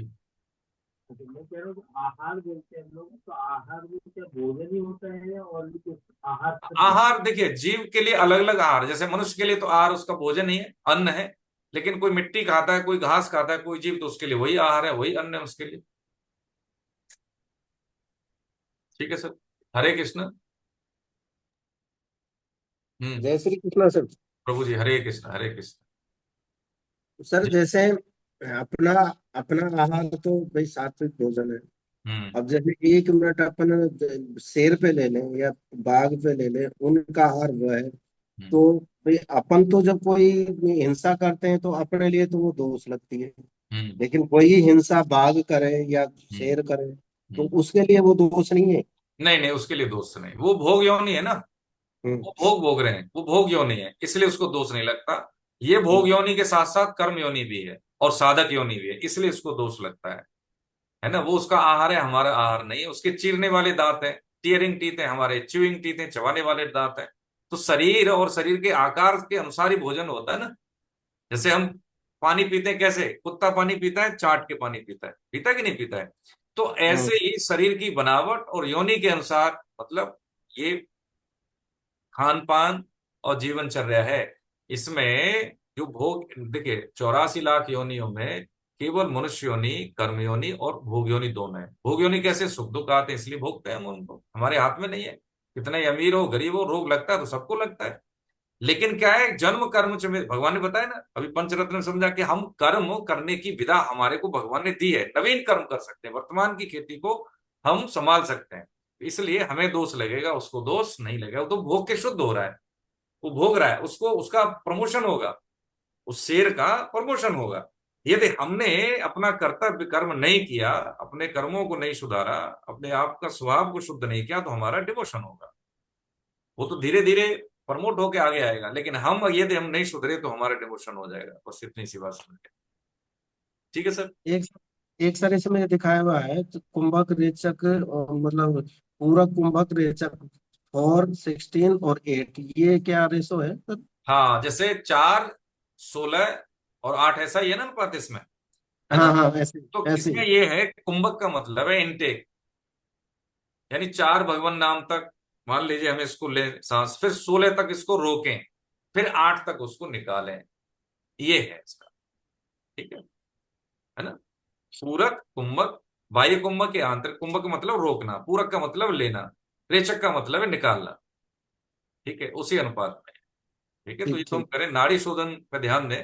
एक वीडियो है हमारे जो योगी जी हैं उनका, मैं शेयर कर दूंगा। इन प्राणायाम को करने से पहले नाड़ियों का शोधन होना बहुत जरूरी है। जब नाड़ी शुद्ध हो जाती है, उनमें कोई भी अवरोध पैदा नहीं होता, गांठें नहीं होती, ग्रंथि नहीं होती, तो प्राणायाम बहुत अच्छे से होता है, उसका आपको लाभ भी मिलता है, तुरंत लाभ मिलेगा उसका। ठीक है, हरे कृष्ण। सर वो वीडियो शेयर करना। मैं कर दूंगा। और कोई सर, किसी का कोई प्रश्न हो तो बताएं, किसी की कोई क्वेरी। लोकल साधक कोई है तो हैंड रेज करें प्रभु जी। लोकल साधक लखनऊ के हैं आप में कोई तो। बाल संस्कारशाला के लिए हम बोल रहे हैं समय कम रह गया है। जो परिवार की चीजें हमसे छूट गई है वो 2 दिन में मेकअप करने की हम कोशिश करेंगे। तो यदि कोई आपके मित्र वर्ग हैं यहाँ पे लखनऊ में, कोई जानने वाले हैं, तो उनको भी आप बोल सकते हैं। ठीक है, लखनऊ के हरे आस। कृष्ण प्रभु जी। हरे कृष्ण प्रभु जी। बाल प्रभु जी मैं ये कह रहा, हम्म, मैं ये पूछ रहा था हम्म। कि जो अपने भागवतम की क्लास है वो कब से शुरू हो गई? वो तो हो गई सर भागवतम की क्लास। उसमें पात्रता ये होती है कि हम गीता एक नहीं, बार वो तो पढ़ी हो। मैंने तो भरा हुआ है उसमें, और वो सब भर दिया, फॉर्म वॉर्म भी आपको भी भेज दिया था। तो वो अच्छा, स्टार्ट कब से हुई क्लास है? अरे तो आप ये तो हो गई। कौन सा टाइम दिया था आपने, कौन से चूज की थी क्लास, पता है? 8 मई से। बुधवार का, बुधवार 7:30 से। उसमें देखा था कि एक दिन मैंने उससे देखा भी था गीता परिचय का, वो जो उसमें तो 32 थी, और उसमें कोई ऐसा वो भी नहीं टाइमिंग दे रखी। नहीं नहीं, तो कहीं आप देखिए, मेरी बात हुई थी सबसे, उन्होंने सब आपको लिंक जरूर भेजा होगा। कई बार मोबाइल में सेटिंग ऐसी होती है कि वो जोड़ नहीं पाते और लिंक हम देख नहीं पाते, है ना। तो एक साधका थी। अच्छा, हाँ, तो आपका भी ऐसा नहीं होगा कि देख लेना, लेकिन आप मुझे सुधीर यादव जी सर थे उसमें। फिर आपको मैं आपको नंबर भेज दूंगा उनका, आप खुद बात हाँ करिए। नहीं, मेरे पास है उनके नंबर। हाँ, तो आप बात करिए, बहुत प्यारे हैं वो, बहुत बहुत शुरू। हाँ हाँ, हाँ, वो किसी मैं मिला साधक हुआ को हूँ। छोड़ते नहीं है। आप मिले, अरे तो फिर क्या है, आप हाँ, उनसे बात कोटा। करिए। हाँ, वो गुरुजन है, हम तो उनसे ही सीखे प्रभु जी। हाँ, बहुत हरे बढ़िया। कृष्ण गुरुदेव। मैं एक एक थोड़ा नहीं, सा मेरा गुरु वर्ड प्रश्न। हमारे लिए यूज मत किया करें। हम तो आपके बड़े भाई हैं, है ना। हाँ, आप आदेश कर। हमारे लिए तो गुरुदेव ही है आप। नहीं नहीं, आदेश कर। गुरुदेव मैं ये पूछ रहा था कि ये कई जगह अपन पढ़ने में आता है, और पुस्तक में भी पढ़ते हैं कि भाई नाम जप आप इतना कीजिए, और मशीन की तरह लगे रहे हैं। मतलब स्वामी राम सुखदास जी महाराज जी की भी उसमें रहता है, और आजकल तो परम पूज्य प्रेमानंद जी महाराज सब भी यही कहते हैं कि भाई नाम जप, नाम जप। तो नाम जप ज्यादा वो है या स्वाध्याय ज्यादा वो है? देखिए, स्वाध्याय भी आज तक देखो हम सब जानते हैं, अच्छा बुरा का ज्ञान हमें सब है, लेकिन फिर भी हमारी वृत्ति उधर जाती नहीं। इसलिए नाम हम्म। जप। नाम जप से क्या होता है कि हमारी वृत्ति शुद्ध होती है। जी होता है ना। जी। आप जैसे खाना खा लिया, सुबह वो उद्योग हो रहा है ना, खाने से खून का, ऐसे ही नाम से शुद्धि सुबह होगी। हमें नहीं पता क्या होगा, लेकिन हाँ, शुद्धि होगी होगी। नाम श्वास, देखिए नाम नाम ही से बड़ा है। हम्म। नाम का काम क्या है, मन में, जैसे मान लीजिए हमारा मन नहीं लगता नाम में, लेकिन फिर भी क्या है, नाम में मन न लगे न लगे, भाव कुभाव अनकालसो नाम जपत मंगल दिस दसो, मंगल। पहला प्रभाव। 10 दिशाओं में मंगल सुनिश्चित होगा यदि नाम जाप है तो। अरे पूछ रहा था एक शादी। ठीक है। हाँ, तो इसलिए हरे नाम कृष्ण। जरूरी है। इसलिए वो प्रेमानंद जी महाराज भी बिल्कुल पक्की बात कहते हैं, और वो सिद्ध महापुरुष है। उनकी बात हाँ सही नहीं है। स्वामी जी महाराज भी यही कहते हैं, है ना। हाँ जी। हम तस्मात् हाँ सर्वेश कालेषु माम मनुष्य, यही तो कहा है। हाँ, तेषाम वो सतत तो युक्ता नाम भजताम प्रीति पूर्वकम, नित्य निरंतर का है। भगवान ने अध्याय 10 में जो बात कही है गीता में, जो एक बात है मिलनी है, तो देखो वही है कि तेषाम सतत युक्ता नाम भजताम प्रीति पूर्वकम। सतत माने कंटिन्यूस है। हाँ। तेषाम सतत युक्ता नाम प्रीत पूर्वक जो मेरा भजन करता है, ददामि बुद्धि योगम तम, यानी मैं उसको बुद्धि नहीं बुद्धि योग दे देता हूँ, उचित अनुचित का। इसलिए नाम जापक कभी गलती से भी गलती नहीं करता। उसको स्फूर्णा सुमेवादी है कि मुझे ये करना है, ये नहीं करना है। और जो कुछ बोलेगा ना कहीं हाँ शास्त्र से लिया हुआ स्टेटमेंट होगा उसका, ऐसे ही नहीं बोलता वो। हाँ, ठीक है प्रभु जी। हाँ, बहुत बढ़िया। ठीक है। हरे, हरे कृष्ण। और किसी का कोई बताए? हरे कृष्ण भाई जी। हरे कृष्ण, हरे कृष्ण, हरे कृष्ण। हाँ जी, बताएं जी, कहिए। कुछ कहना चाह रहे हैं द्वारका प्रसाद जी? चलिए, ठीक है सर। ठीक ठीक। हरे कृष्ण। हरे कृष्ण। धीरज जी, हरे कृष्ण। चलिए, हरे कंटिन्यू। कृष्ण प्रभु जी। हाँ, हरे कृष्ण। हरे कृष्ण। अच्छा अच्छा, मेरा एक सवाल था जी। थोड़ा सा। जैसे हम लोग जानवरों को रखते हैं घरों में, मतलब गाँव में जैसे गाय भैंस हैं, उनको बांध के रखते हैं जनरली, और फिर उनकी सेवा भी करते हैं। हम्म। तो अल्टीमेटली मतलब क्या, जो बांध के रख रहे हैं तो वो तो गड़बड़ी है ना, वो हमें खुले रखने चाहिए क्या? पाप पुण्य से क्या रिलेट करेंगे? नहीं, देखिए, 2 चीज है इसमें। सबका अपना अपना शरीर धर्म होता है, ठीक है। पशु वही जो पास में बंधे, पशु का मतलब क्या है, पास, है ना। पास का मतलब है बांधने वाला। उसको एक दायरे में रख के उसका नियोजन करना, उसके भरण पोषण की व्यवस्था करना, और उसको अपने हित में उपयोग करना, ये हमारा क्या है। जैसे हमने बोला, जैसे पैसे से हम वस्तुएं खरीदते हैं, ऐसे ही उन पशुओं के माध्यम से हम एक दूसरे को पुष्ट करते हैं। तो क्योंकि वो पास बुद्धि के हैं, उनको तो उतनी बुद्धि नहीं है कि हम छोड़ देंगे तो कहीं पे भी जा सकते हैं, है ना, अपना भी अहित कर सकते हैं, इसलिए उनको व्यवस्था में रखना पड़ता है। तो ये कोई ऐसा नहीं है कि हम उनको बांध रहे हैं तो क्या कर रहे हैं। जो डोमेस्टिक एनिमल और वाइल्ड एनिमल दो क्वालिटी है। तो जो घरेलू पशु होते हैं उनको हम घर में रखते हैं, और जो जानवर होते हैं जंगली जानवर, उनके लिए हम अलग अलग व्यवस्थाएं रखते हैं। उनको जंगल में भी बाड़े बना देते हैं ना, जैसे रिजर्व बना दिए, करेक्ट। चिड़ियाघर बना दिया, ये बात अलग है।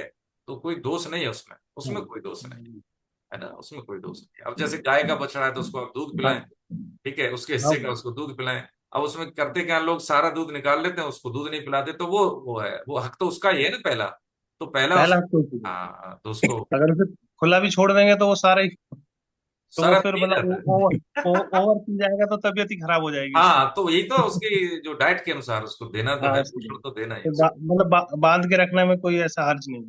गाय देखिए, हम गौशाला जाते हैं तो गाय ऐसी होती है कि हम तो क्या, जैसे क्या, अब देखो आपको लगेगा, मैं तो अपनी बात बता रहा हूँ, हम तो उसके थन से डायरेक्ट पी लेते थे दूध, जैसे ऐसे अभी भी ठीक है, गाय इतनी भोली होती है, और वो अपने बछड़े, अच्छा सामने बछड़ा भी खड़ा है, हम भी है तो गुड़ भी दे रहे हैं, तो ऐसे।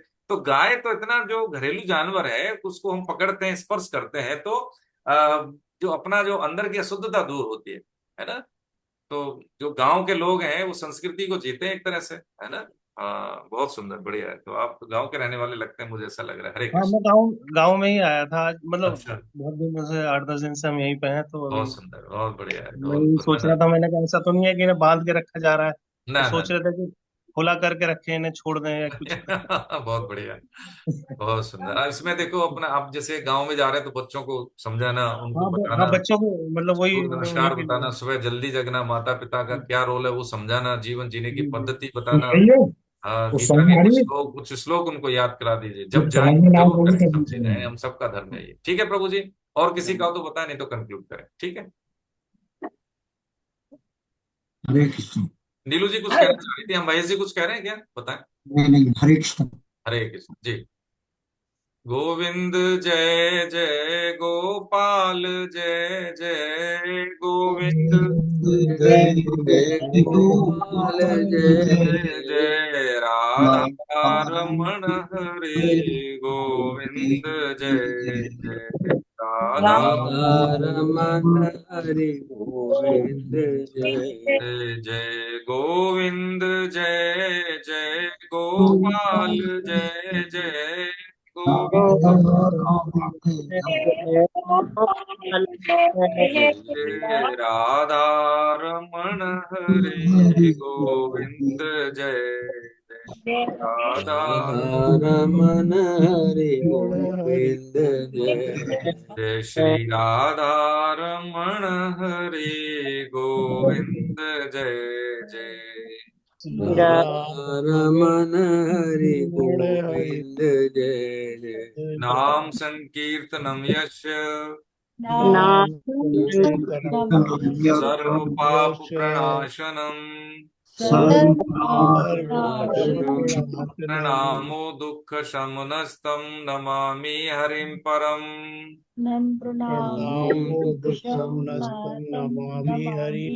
बोलो बाकी बिहारी लाल की, राधा गोविंद देव सरकार की, अपने गुरु भगवान की जय, और रामचंद्र की, वन सुत हनुमान की, उमापति महादेव की, सब देवी देवताओं की, सब संतों की, सब भक्तों की, अनंत कोट वैष्णव वृंद की, दृश्य अदृश्य पुण्य आत्माओं की, पिता माता की, आज के आनंद की, जय जय श्री राधे।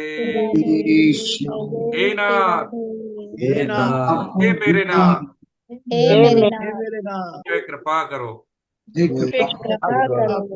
मैं आपको भूलूं नहीं, मैं केवल आपका हूँ, आप ही केवल। हाँ, बहुत बहुत सुंदर। हरे कृष्ण, जय श्री कृष्ण। हरे ये सुना।